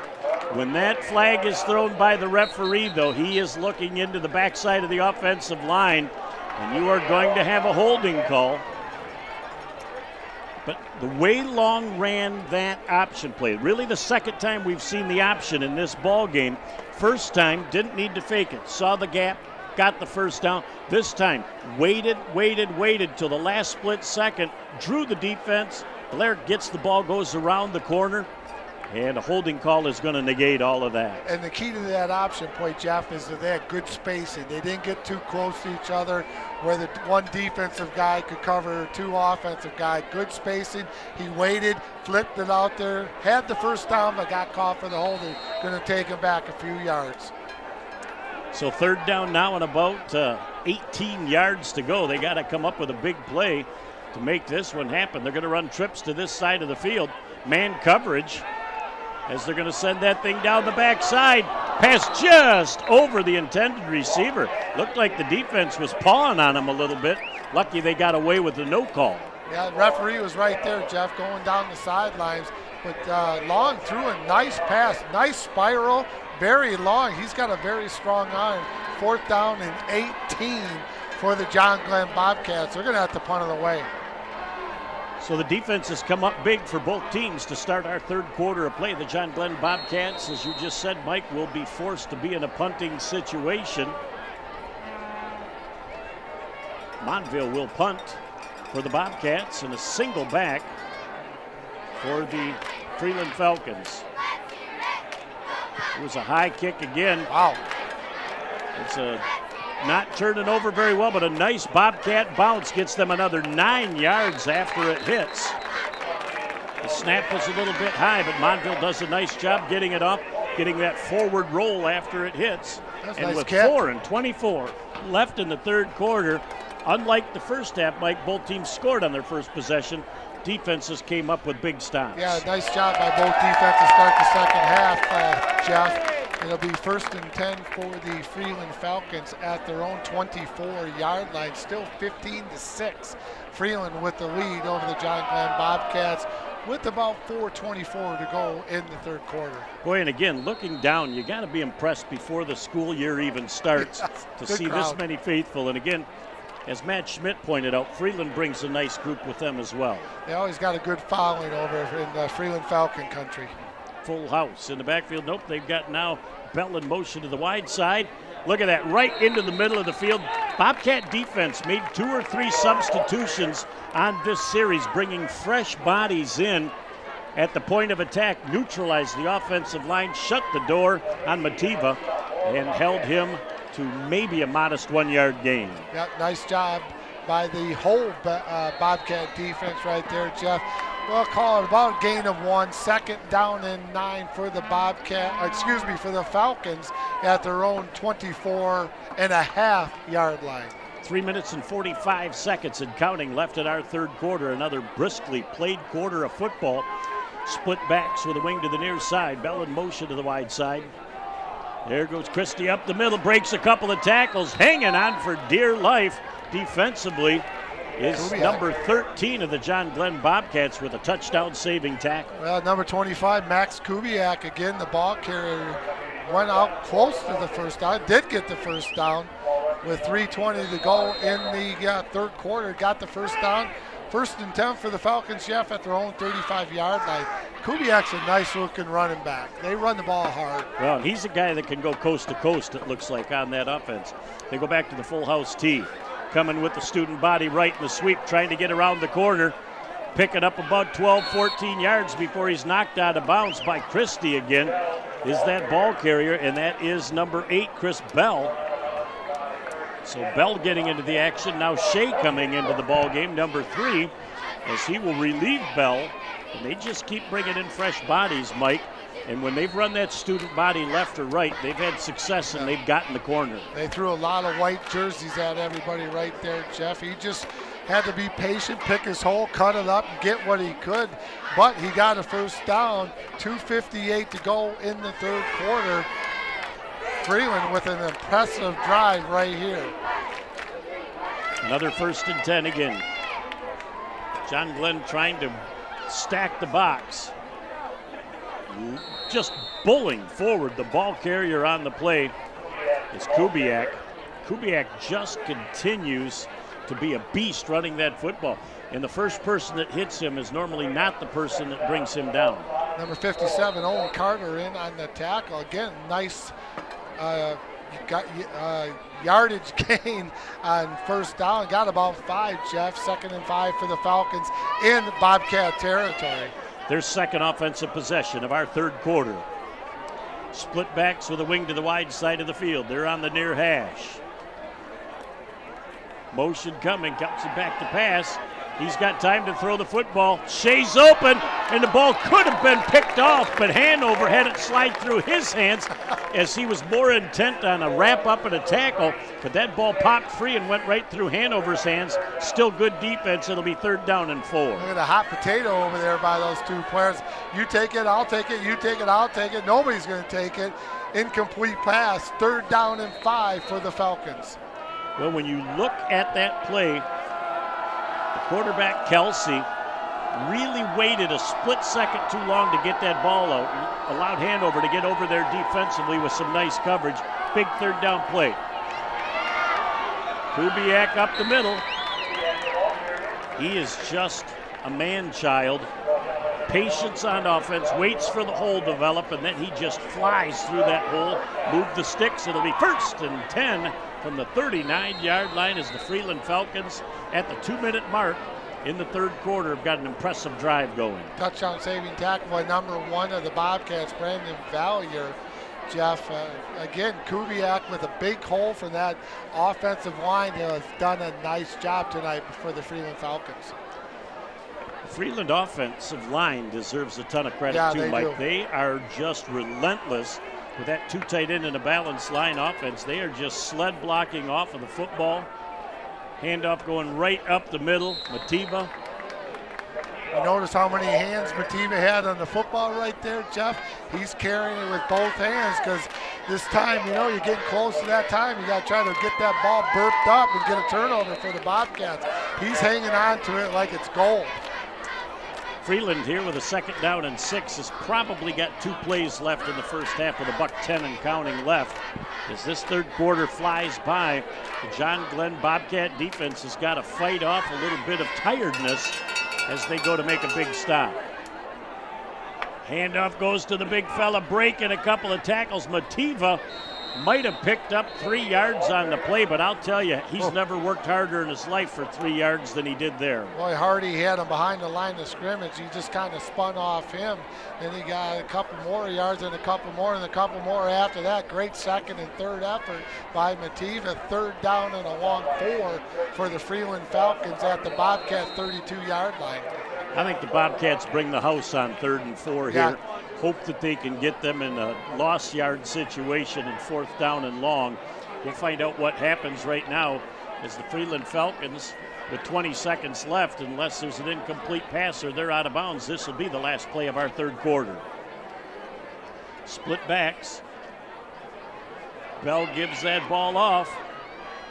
Very near that first down marker. Kubiak pushes forward.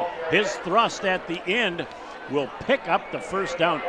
He and Mativa both finish their runs, Mike, extremely well. Falling forward. Good running backs fall forward and they get tackled, Jeff, to get that extra yardage, and that's what's happened with those two young men tonight. And that's the end of our third quarter of play with our score. No scoring in the third quarter. It's the Freeland Falcons 15 and the John Glenn Bobcats 6. We'll be back in a few with the final 12 right here on Bay County TV. This presentation of high school football and Bay County TV was brought to you by Renew Physical Therapy, with 8 locations throughout the Great Lakes Bay region in Eau Gray, Bay City, Freeland, Midland, Saginaw, Shields, and Flint. At Renew Physical Therapy, there is a difference. Back live as you look at the scoreboard, you know there's 12 minutes left in this ball game. I almost think it at this point in the ball game imperative for the John Glenn defense to keep the Freeland Falcons out of the end zone. Yeah, got to keep them out of the end zone. Got to keep them off the scoreboard, Jeff. They can't afford to let Freeland score 3 points here or 7. Very important, but a lot of time left in this football game. John Glenn's got to stiffen up the defense, get a turnover possibly, and put it in the end zone, get themselves right back in this football game. If they give up 3, though, they're within 2 scores. Yep, so they still are. If they're going to give something up, but I have not seen a real strong leg from their kicking game to show their confidence unless they're down maybe around the 10, 12-yard line to make something happen. Well, they're talking about right in front of us on the near sideline, Jeff. They're getting ready for this fourth quarter. We're going to come out. It's going to be 1st and 10 for the Freeland Falcons. They need to stop here, get the turnover and downs, and get that football and put it in the end zone. I really think the third quarter came to an end at the right time for John Glenn. The defense was getting fatigued. They get a chance to get some water. They get a blow. They get some instructions, maybe another minor adjustment or two to see if they can halt this Freeland Falcon offense that methodically is running down the field. Well, and if you're Freeland, you know what you're going to do. They've been doing it all night. You're going to hand it to number 25 Kubiak and 45 Mativa. They're going to carry the mail for the next 12 minutes or how much they're going to have the football, Jeff, and that's their mode. That's how they operate, and they're going to go with it. Got a senior, you got a junior, and I would say that junior probably is not seeing his first varsity experience. And you got a senior quarterback, too, so that helps also. Full house tee in the backfield. Mativa, and again, he does break a tackle. He falls forward. He's running sideways. They have a chance to finish him off, and he falls forward for an extra 6 feet. He's just hard to bring down. He's got such a low center of gravity, Jeff. He runs hard. He puts the shoulders down. He's falling forward, looking for, always looking to gain that extra 2 or 3 yards. Love that young man, the way he runs. Well, and again, you pick up almost 4 yards. You're going to keep the clock moving because you're running between the lines. 2nd down and 6. Shea the ball carrier. Nope, Shea on the fake. They hand that ball up the middle. Maybe another yard gained on the play, and that's Kubiak. Like we said at the break, Jeff, Kubiak and Mativa, they're going to carry the mail for the Freeland Falcons. They're in no big hurry. They just want to keep that clock running, get a few first downs, and punch it in the end zone. They'll take all the time they want if they have to. And again, you're in 3rd and 4, probably easily 4-down territory here. So their plays only got to come up with 2.5 yards to put them in a position on 4th. Up to the line of scrimmage again. Split backs. Kubiak in motion to the wide side. Shea's going to try and turn the corner. Does he have the speed to get there? The Bobcat defense hauls him down after a gain of about a yard on the play. Down to the 19. They may give him the 18-yard line. But it's going to be 4th down and at least a long 2.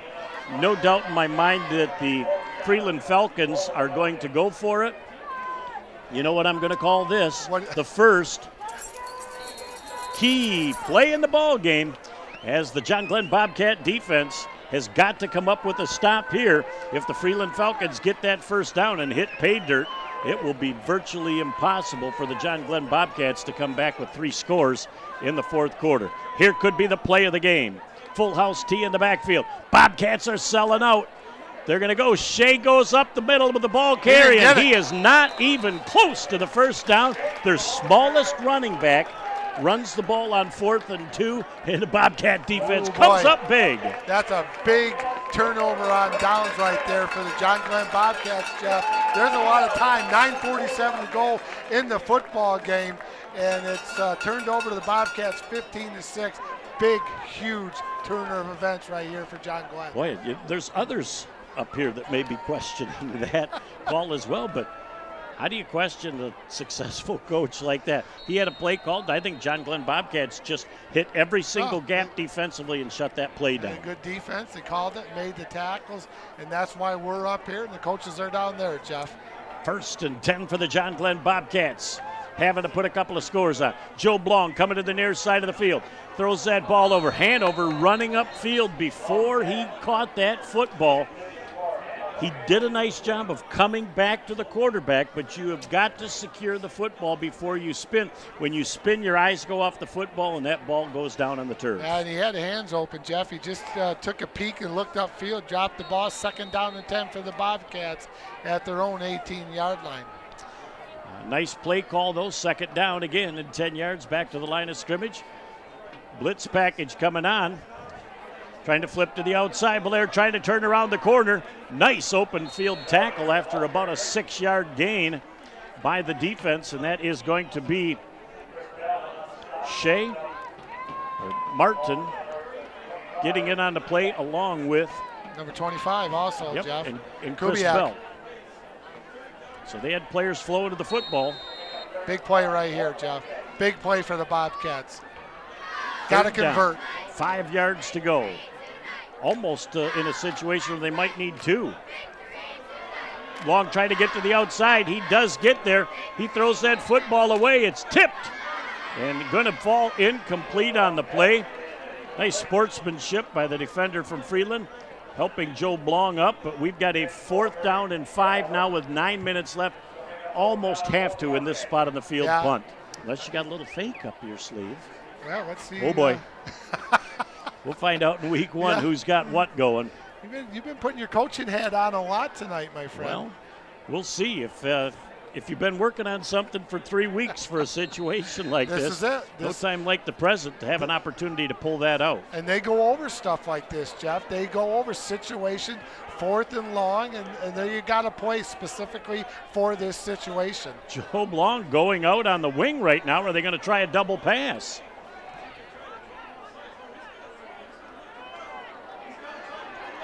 He's open. As Hanover opened downfield and just overthrows him by a couple of yards. Hanover would have been in a foot race to the end zone, but that ball from Valaire was just overthrown by a skosh.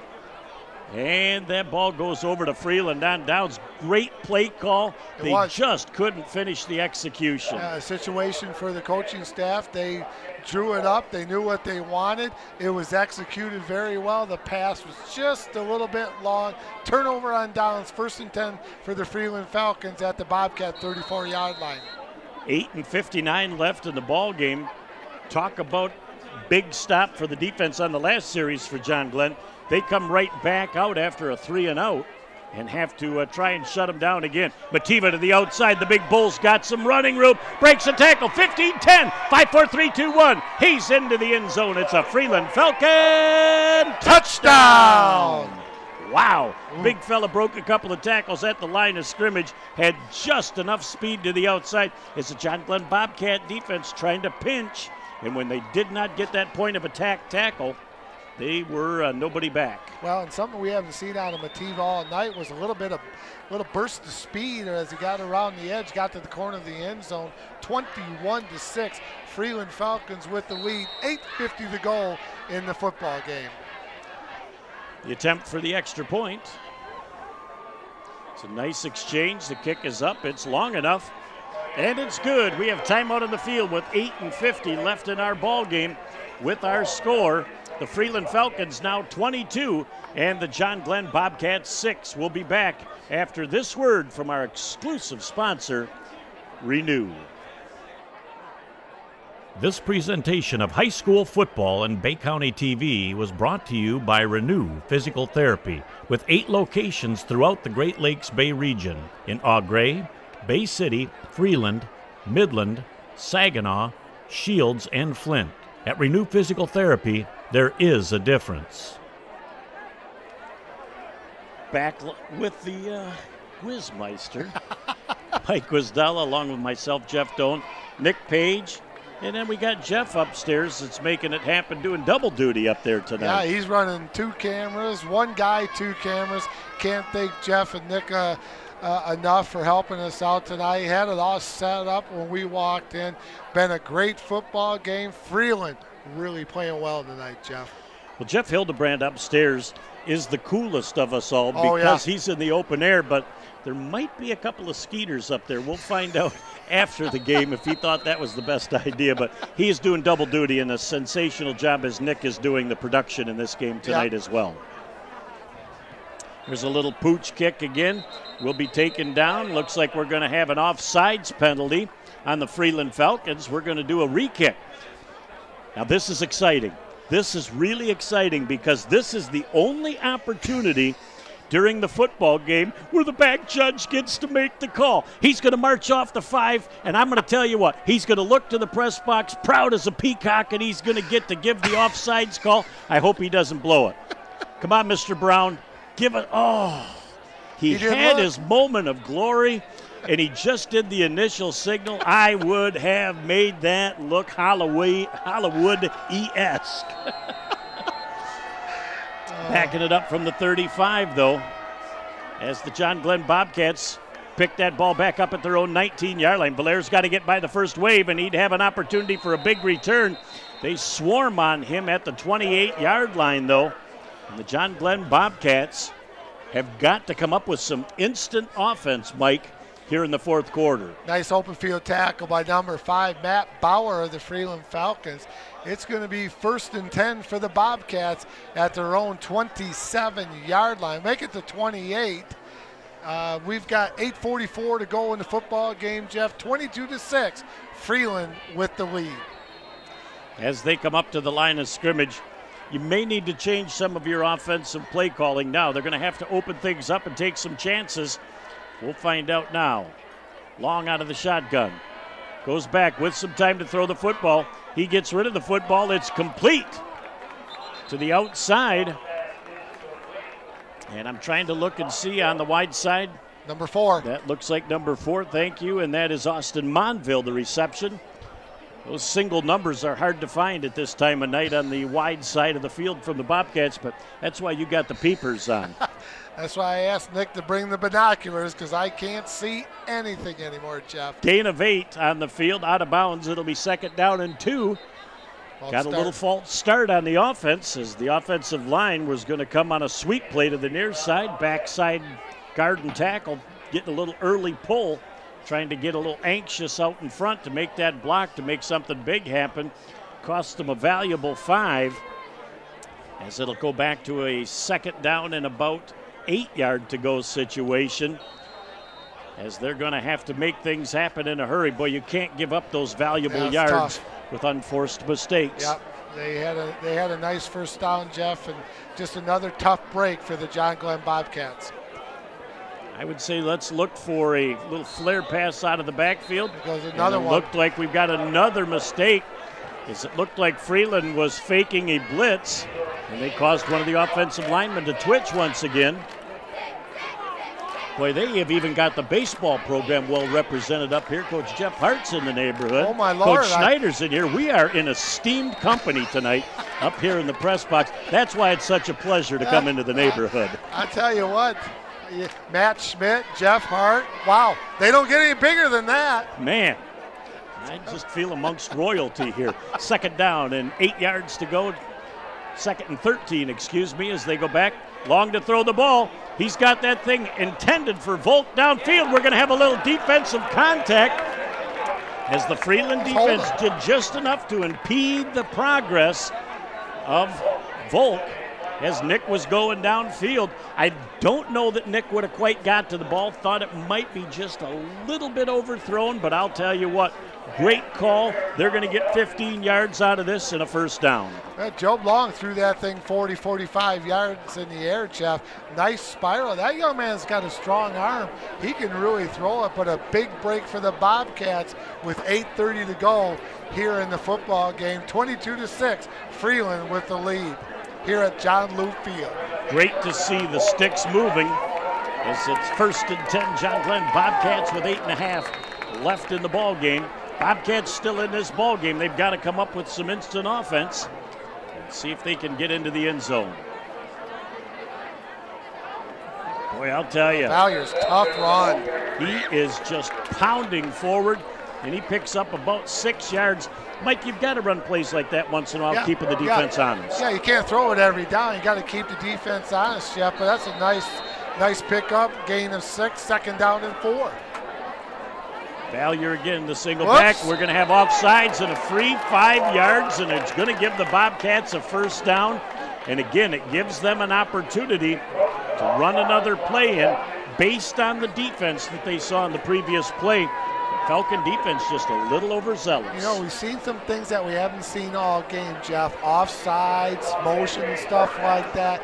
Possibly the players are getting a little bit tired here late in the 4th quarter under these humid conditions. And we've got a situation where there's pressure in the 4th quarter. Oh, yeah.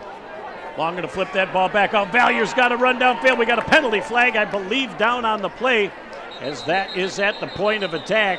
And a lot of times you are going to get at the point of attack a block in the back or offensive holding. Yep. And it's going to be offensive holding. And that is another huge gain of 13 yards will come back for the Bobcats.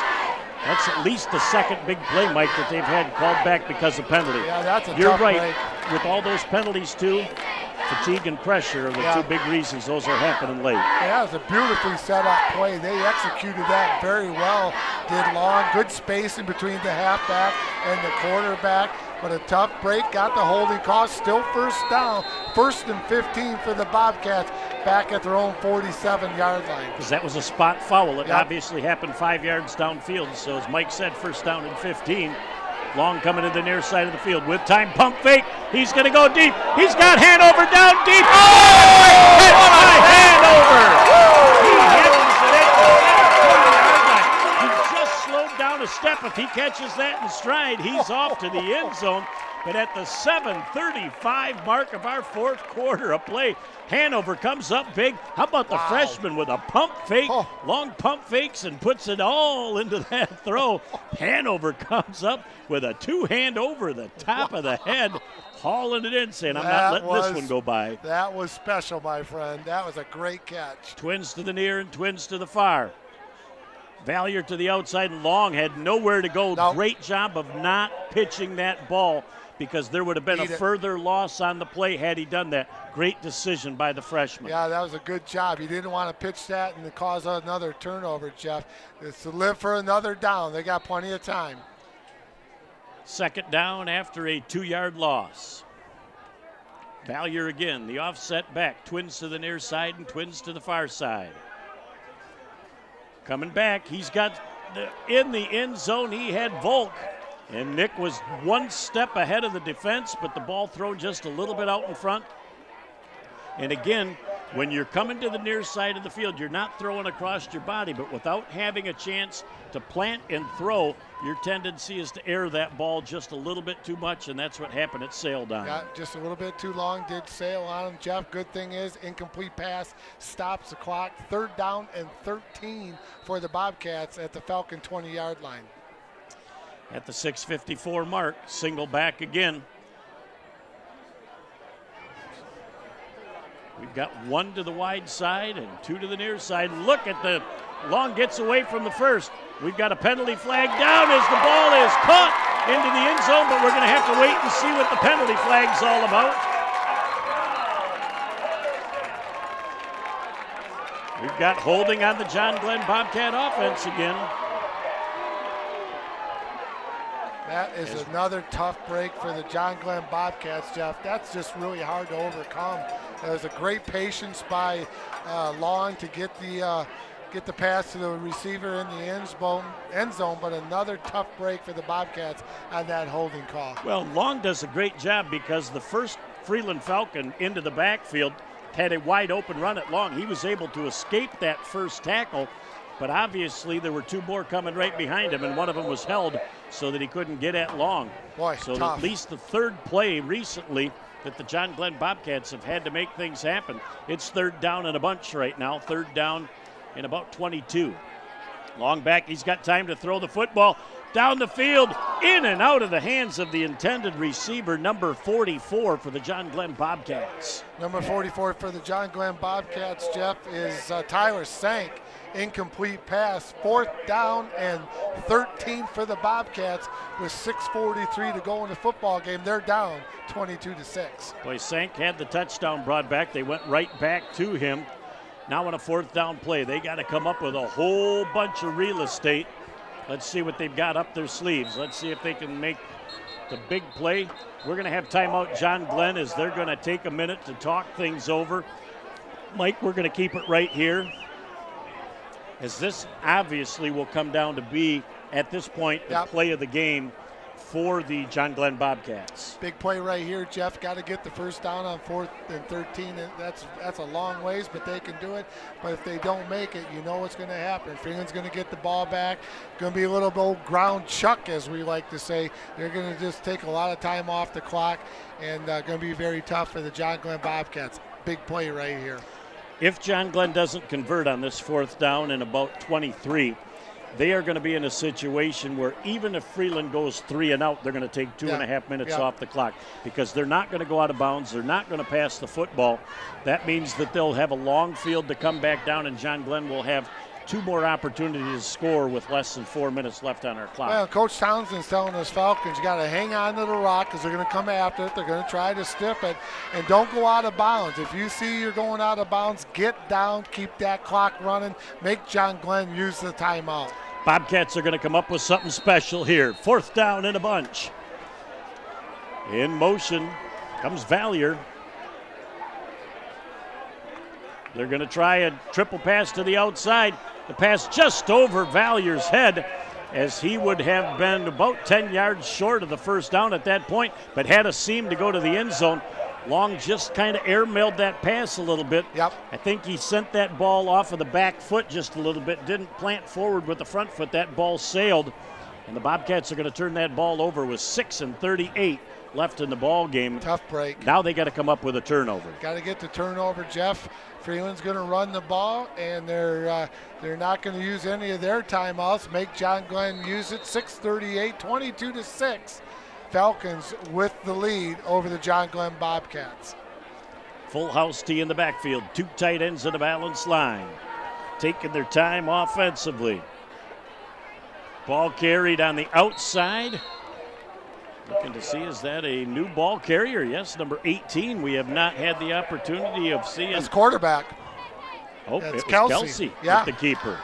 They first. I think it that's looked the first like option. 16 Laundry. Yeah. And Kelsey did a nice job. There was not the good spacing. He kept it, turned it up, lived for the next down, gained 2 or 3 on the play, Jeff, and that's what he wanted to do. Not turn the ball over, keep the clock running. Under 6 minutes left in the ball game. 22-6, the Freeland Falcons over the John Glenn Bobcats here in our Kickoff Classic 2016 from John Glenn from John Loop Stadium. Ball carried on the play, banging forward. Kubiak. That is just another nice run, finishing it off in style, making it a 3rd down and 2 yard to go situation. The Bobcats have got to come up with a stop here on 3rd down. Yeah, did a nice job there, Jeff. 3rd down and a long 2 for the Freeland Falcons. Clock is running, under 5.5 minutes to go in the football game. Big play here for the Freeland Falcons. If I'm the quarterback from Freeland, I'm going to look at the back judge. He just put his arm up in the air until he starts his 5-second count, which is now. That's when you want to get the ball up.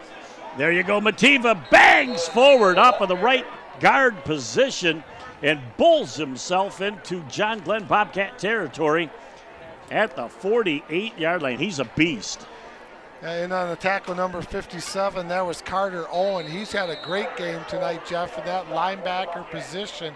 1st and 10 for the Falcons inside Bobcat territory at the 48-yard line. 5 minutes and counting left in the ball game. As we have got some substitutions, Landry coming into the ball game for the Freeland Falcons. Full house tee in the backfield. Ball carried by Laundry, and he is stuffed on the play by the John Glenn Bobcats number 44. Sink. Sink makes a great tackle. Helmet comes off on one of the Bobcat defenders, and he gets to stay in the ball game.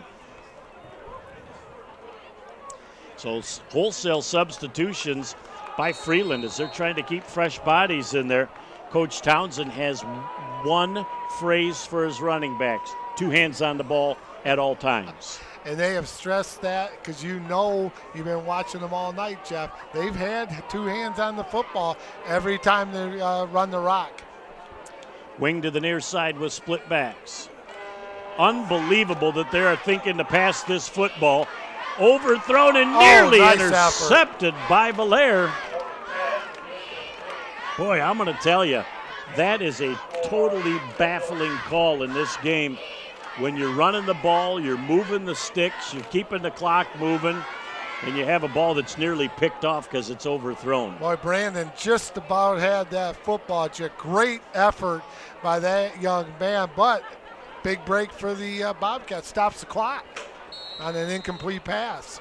So with 3:55 left, you got 3rd down and almost 9-yard to go situation for Freeland. Do they dare pass the ball 2 times in a row? Absolutely not. We didn't think the first one was going to happen. Shea, the ball carrier, picks up a few yards, falls forward to the 45-yard line. It's going to be 4th down now and about 6 yards to go. As you almost got to think they're going to wait until there's about 1 second left on the clock, kick it, and force John Glenn to go 75 or 80 yards. Yep, I would do the same thing, Jeff. I don't know how many timeouts they have left. They have 3 timeouts left to the Freeland Falcons, according to the scoreboard in the south end zone. So they're going to use all that time, probably take a timeout, talk it over a little bit. Will Coach Townsend and his Freeland Falcons. Yep, they're going to wait until there's 1 tick left as it's 5, 4, 3, 2 by the back judge, and now Freeland Falcons call that timeout with 3:08 left in our ball game. We'll take a quick break, and we'll come back for the final 3:08 after this. This presentation of high school football and Bay County TV was brought to you by Renew Physical Therapy, with 8 locations throughout the Great Lakes Bay region in Eau Gray, Bay City, Freeland, Midland, Saginaw, Shields, and Flint. At Renew Physical Therapy, there is a difference. Back here, Jeff Doan and Mike Guzdala. It's been a great night thus far, but the John Glenn Bobcats, if they can get their hands back on the ball, got to have a lightning fast strike. Well, I got to score, Jeff. Then you got to set up the onside kick, get the ball back, try to put it in the end zone again. 3:08 to go in the football. Freeland 22, John Glenn 6. So Coach Townsend took some time off the clock, called that time, regrouped his kids, say, here's what we're going to do, and kick it away and give the Bobcats not real good field position. Still baffled by that throw on 2nd down because clock. If you keep that clock running on a running play, you're going to probably take 40 seconds off the clock before that next play comes. That puts them down in the 2:20 range instead of the 3:08 range, and that takes a huge chunk of clock. Well, and that's what probably the coaching staff at John Glenn was thinking. He's going to run it, so he says, I'm going to throw a little pass in there, play a little chess game, a little chess match, and see if I can get it. He completes it, it looks good. An incomplete pass stops the clock, but they're still going to have to punt on the way on 4th down. Let's see if they come all out trying to get to the kick, and they do. They kick that thing away to the sideline, picked up at the 15-yard line with no return for the John Glenn Bobcats. Number 8, Kristen Valier took that punt took it right down, stopped right there at the 15. 2:59 to go in the football game, Jeff. 22-6, Falcons over the Bobcats. The Bobcats have done some nice things in this ball game, but they have got to come with a couple of quick strike plays offensively. And now you see the defense for Freeland, the defensive back five, playing a little soft. Well, remember, first downs stops the clock in high school football so they can move the chains. We're going to find out now as they bring trips to this near side of the field. Joe Blong, the quarterback, out of the shotgun. With Valier to his side, taking his time. Going to pass that ball over the middle. A nice job defensively by the inside linebacker, number 1 of the Freeland Falcons. Drew Backus. As he read the eyes of Long and got a hand on it. Not a terrible thing for the John Glenn Bobcats because the incomplete pass stops the clock. Right, he dropped into the zone, Jeff, and kept his head on the pivot, looking all around, kept his head on the quarterback, saw the ball go, saw the player, knocked it down, incomplete pass. We have got the blitz coming. They're sending 5 back in the backfield. Joe Blong, could not get away from the blitz, and the Bobcats are going to end up calling a timeout. And that is a situation where now you are 3rd and long, and you've got to be able to throw the ball deep. But, Mike, in order to throw the ball deep, you've got to have time to throw the football. Well, that's their second timeout of the second half, Jeff. They only have one left after that. So that was a tough sack for the John Glenn Bobcats. Going to make it 3rd down and 17 from their own 9-yard line. That's a tough task. But Long's got the arm to get it out there, so he can do some things. He just has to have time to throw the he's ball. gotta be able to throw the 2:48 football. left in the ball game. Cheerleaders still think they have a chance. Love to see the spirit that they do. And, you know, they work hard all summer and fall to get ready as well. And they were here early. We saw them walking in. They were getting all stretched out, working on their routine, doing some jumping jacks, warming up, and getting ready for a football game, football season. Well, they knew they were going to be on TV tonight, too, and so they've got just a little extra level of energy. Well, I got to say good luck to the John Glenn cheerleaders. Have a great year, girls, and have fun, most of all. All right. Joe Blong, back of the shotgun. Valier comes out of the backfield, so it's an empty backfield. Showing blitz, but backing off. 4-man rush. It's coming to the near side of the field. Long has all sorts of time. Going to throw that ball? Nope. He's going to try and run with the football and gets probably about 9 yards back of what he needed. And the John Glenn Bobcats are probably going to, they're going to continue on. I thought they were going to take their last time out, but at 4th down now and about 3 yards to go, they need to pick up the first down with 2:27 and counting now left in the ball game. Valier's that quarterback. Long's out to split out to the left, Jeff. He's back to throw the ball. He's going to roll, spin away. He's going to come to the near side. He's going to throw that ball downfield. And the caught on the play by the John Glenn Bobcats. Down to the 30, 25, down to the 22-yard line on the play is number 13. Number 13 for the John Glenn Bobcats, Robert Hotelling with the big catch. Valier biding time. Big first down for the John Glenn Bobcats with 2:05 to go in the football game, Jeff. The defensive back for the Freeland Falcons could not believe he didn't knock that ball away. He was in perfect position. Hotelling says this one's mine. What a great throw by Valier. Back again, out of the Wildcat formation, doing a nice job of getting away from a couple. He's going to have to try and get rid of that football. Throw that thing away. He's still going. He's got a couple of blocks. Can he turn the corner? Heaves it into the end zone. And it's Hotelling again. And John Glenn Bobcat. Touchdown penalty. Flag down on the play. Flag on the play. Shot block. Oh, boy, has this been a game of emotion. Valier was running around so much, Jeff, trying to buy time. Must have been one of their offensive linemen just hit somebody below the waist and right in front of the referee, and just another tough break for the John Glenn Bobcats. Oh, my goodness.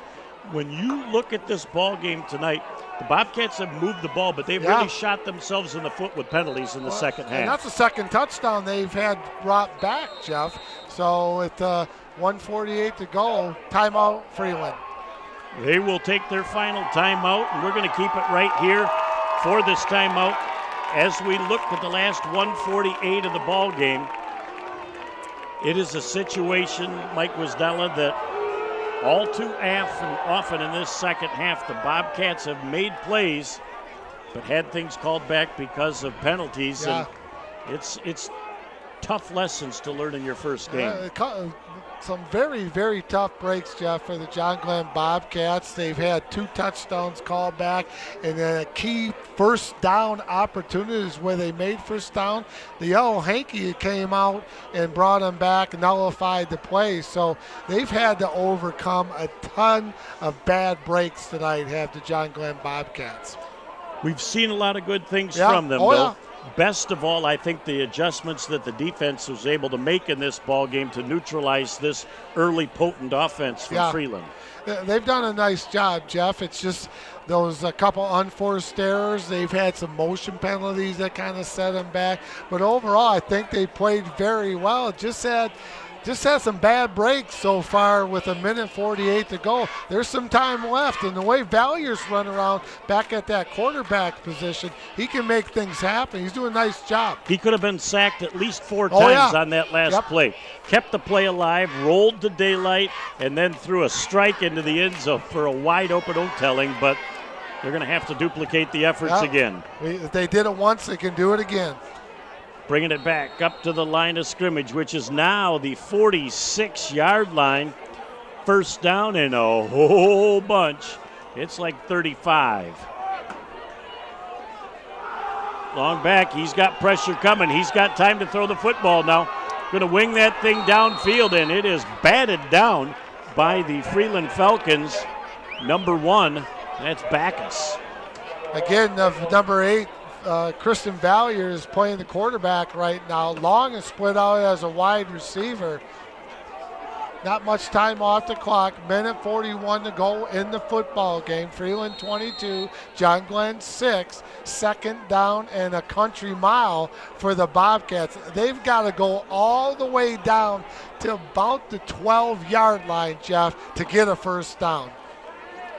Well, now we've got Vallier in the backfield. So let's see if it's a play they've run in their backyard 100 times. Coming back to the outside, trying to seal off the defense. Will he be able to get free? He runs to daylight again. Puts it down. He's going to throw it downfield into coverage. Nearly picked off, but the ball hits the ground. I'm going to tell you what, he must have grease on his uniform because he has spun away from about a half a dozen sacks here in the last 3 plays. He has got some escapability talent, Jeff. He just has a nose where everybody is. He sees a white jersey or feels a white jersey. He gets away from him and gives his team a great opportunity to make a big play. I see the hook and ladder as the big third down play here. Trying to suck the defense in on a little 10, 12-yard pass and you're going flip into that your to playbook. The speedster. I'm on the last page. Third down and a country mile for the John Glenn Bobcats. Still some time to throw the ball, and down goes the quarterback, Vallier. And it'll be 4th down and the last timeout utilized by the John Glenn Bobcats. We'll take a break and come back for the last minute and 19 here on Bay County TV.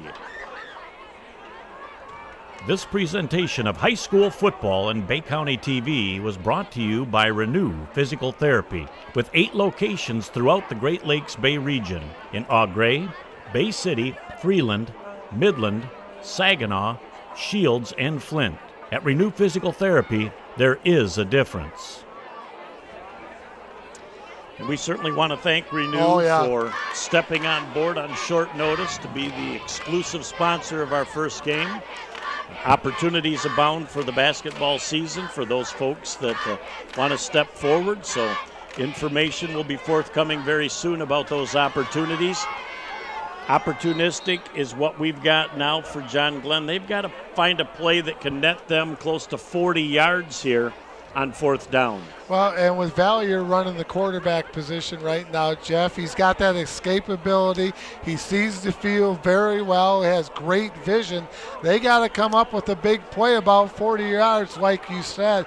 But all the white jerseys will be down about 40 yards. So they're going to have to throw it up, get that first down, and see what happens. Prevent defense is certainly in place. Very key right now.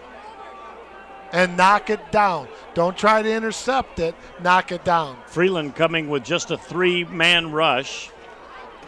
They may come with a little blitz package, and they do. Valier's back, and he is tackled. The ball is thrown. Backus gets it. He stays on his feet. Brought down at the 49-yard line with $1:12 left.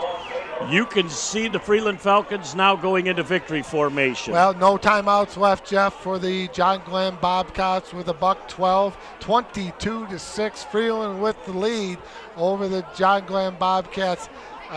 Boy, nice win for the Freeland Falcons, Jeff. Freeland Falcons are going to know when they come out of this ball game. They've been hit extremely hard. They've been tested.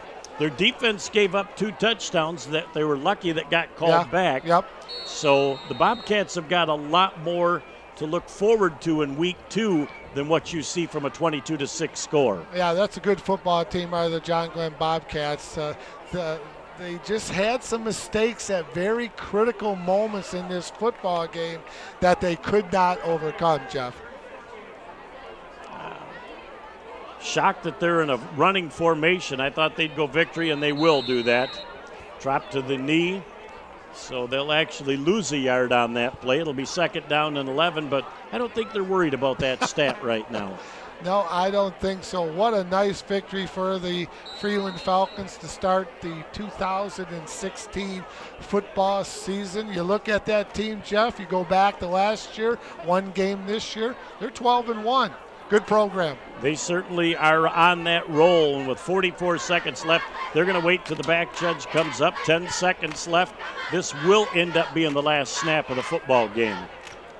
35 ticks left. They snap the ball. I will guarantee you the referee will not start this clock until there's 24 seconds or less on the clock. You've done this before, huh? He looks. He's going to start that right now with 20 seconds left. And there's going to be no need to run another play. Players are already out congratulating each other on the field. Very great show of respect, very hard fought. It was. For 3/4 of the football game, very cleanly played football game. This is a very good football game, Jeff, for the opening game of the 2016 season. That's all there is. There isn't any more. The final score in our ball game, the Freeland Falcons 22, the John Glenn Bobcats 6. Let's stay right here and put the wraps on this one, Mike. And again, if you look at the demise of John Glenn in the second half, penalties cost them dearly. Yeah, big penalties at big points in the football game, Jeff. 2 touchdowns called back because of holding and blocking below the waist. Tough break for the Bobcats. Going into starting the season 0-1. A lot of football be played. Good football team is John Glenn. They're going to straighten all these things out. They're going to take care of business. You'll see that big improvement from week 1 to week 2 in the Bobcats. You've got Joe Blong, who played superbly for a true freshman. I think he gained a ton of respect with his teammates on the successful first drive. But I think John Glenn realizes how close they were to beating a team, as you just mentioned, Mike, has only lost once in their last 13 games. Well, and you look at defensively, Tyler Sank's a good football player, number 45 for the Bobcats. Andrew Christie's very good. They've got a good football team.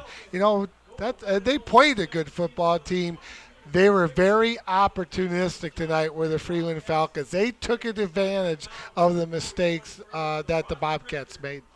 And again, 3/4 cleanly played at the end. As you mentioned, fatigue and the stress of the moment were the 2 factors that I think that really played into those mistakes late by John Glenn. Well, it was hot out here, Jeff. It was a hot, humid night. It started. I got a little bit cool, but it's still very warm for the end of August.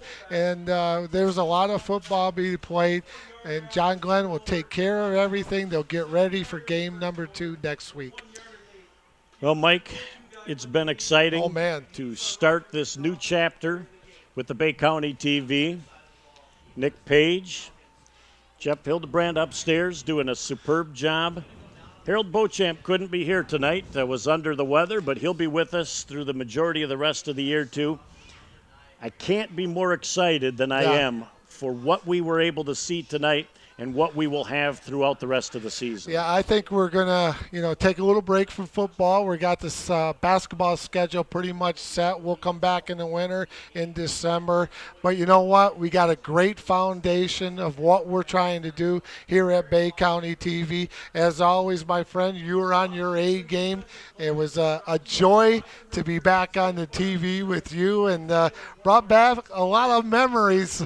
We cut our teeth here on this TV station, so it was a lot of fun, and it's truly enjoyable to be back. Well, and when you look at players' first game, cheerleaders' first game, band's first game, officials' first game, our announcing first game at this, so we haven't been on TV in a while. It's been a long time doing a game on the radio, on TV. So, I think it went well. I hope everybody enjoyed listening and watching. We truly enjoyed bringing it to them, and I can't wait to the wintertime. It's going to be a lot of fun. Well, this is just a little flavoring for what's ahead. So, again, special thanks, Nick Page, Jeff Hildebrand upstairs, superb job.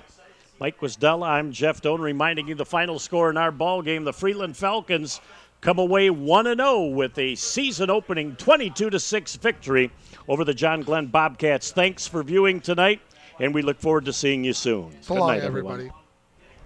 This presentation of high school football and Bay County TV was brought to you by Renew Physical Therapy, with 8 locations throughout the Great Lakes Bay region in Augrey, Bay City, Freeland, Midland, Saginaw, Shields, and Flint. At Renew Physical Therapy, there is a difference.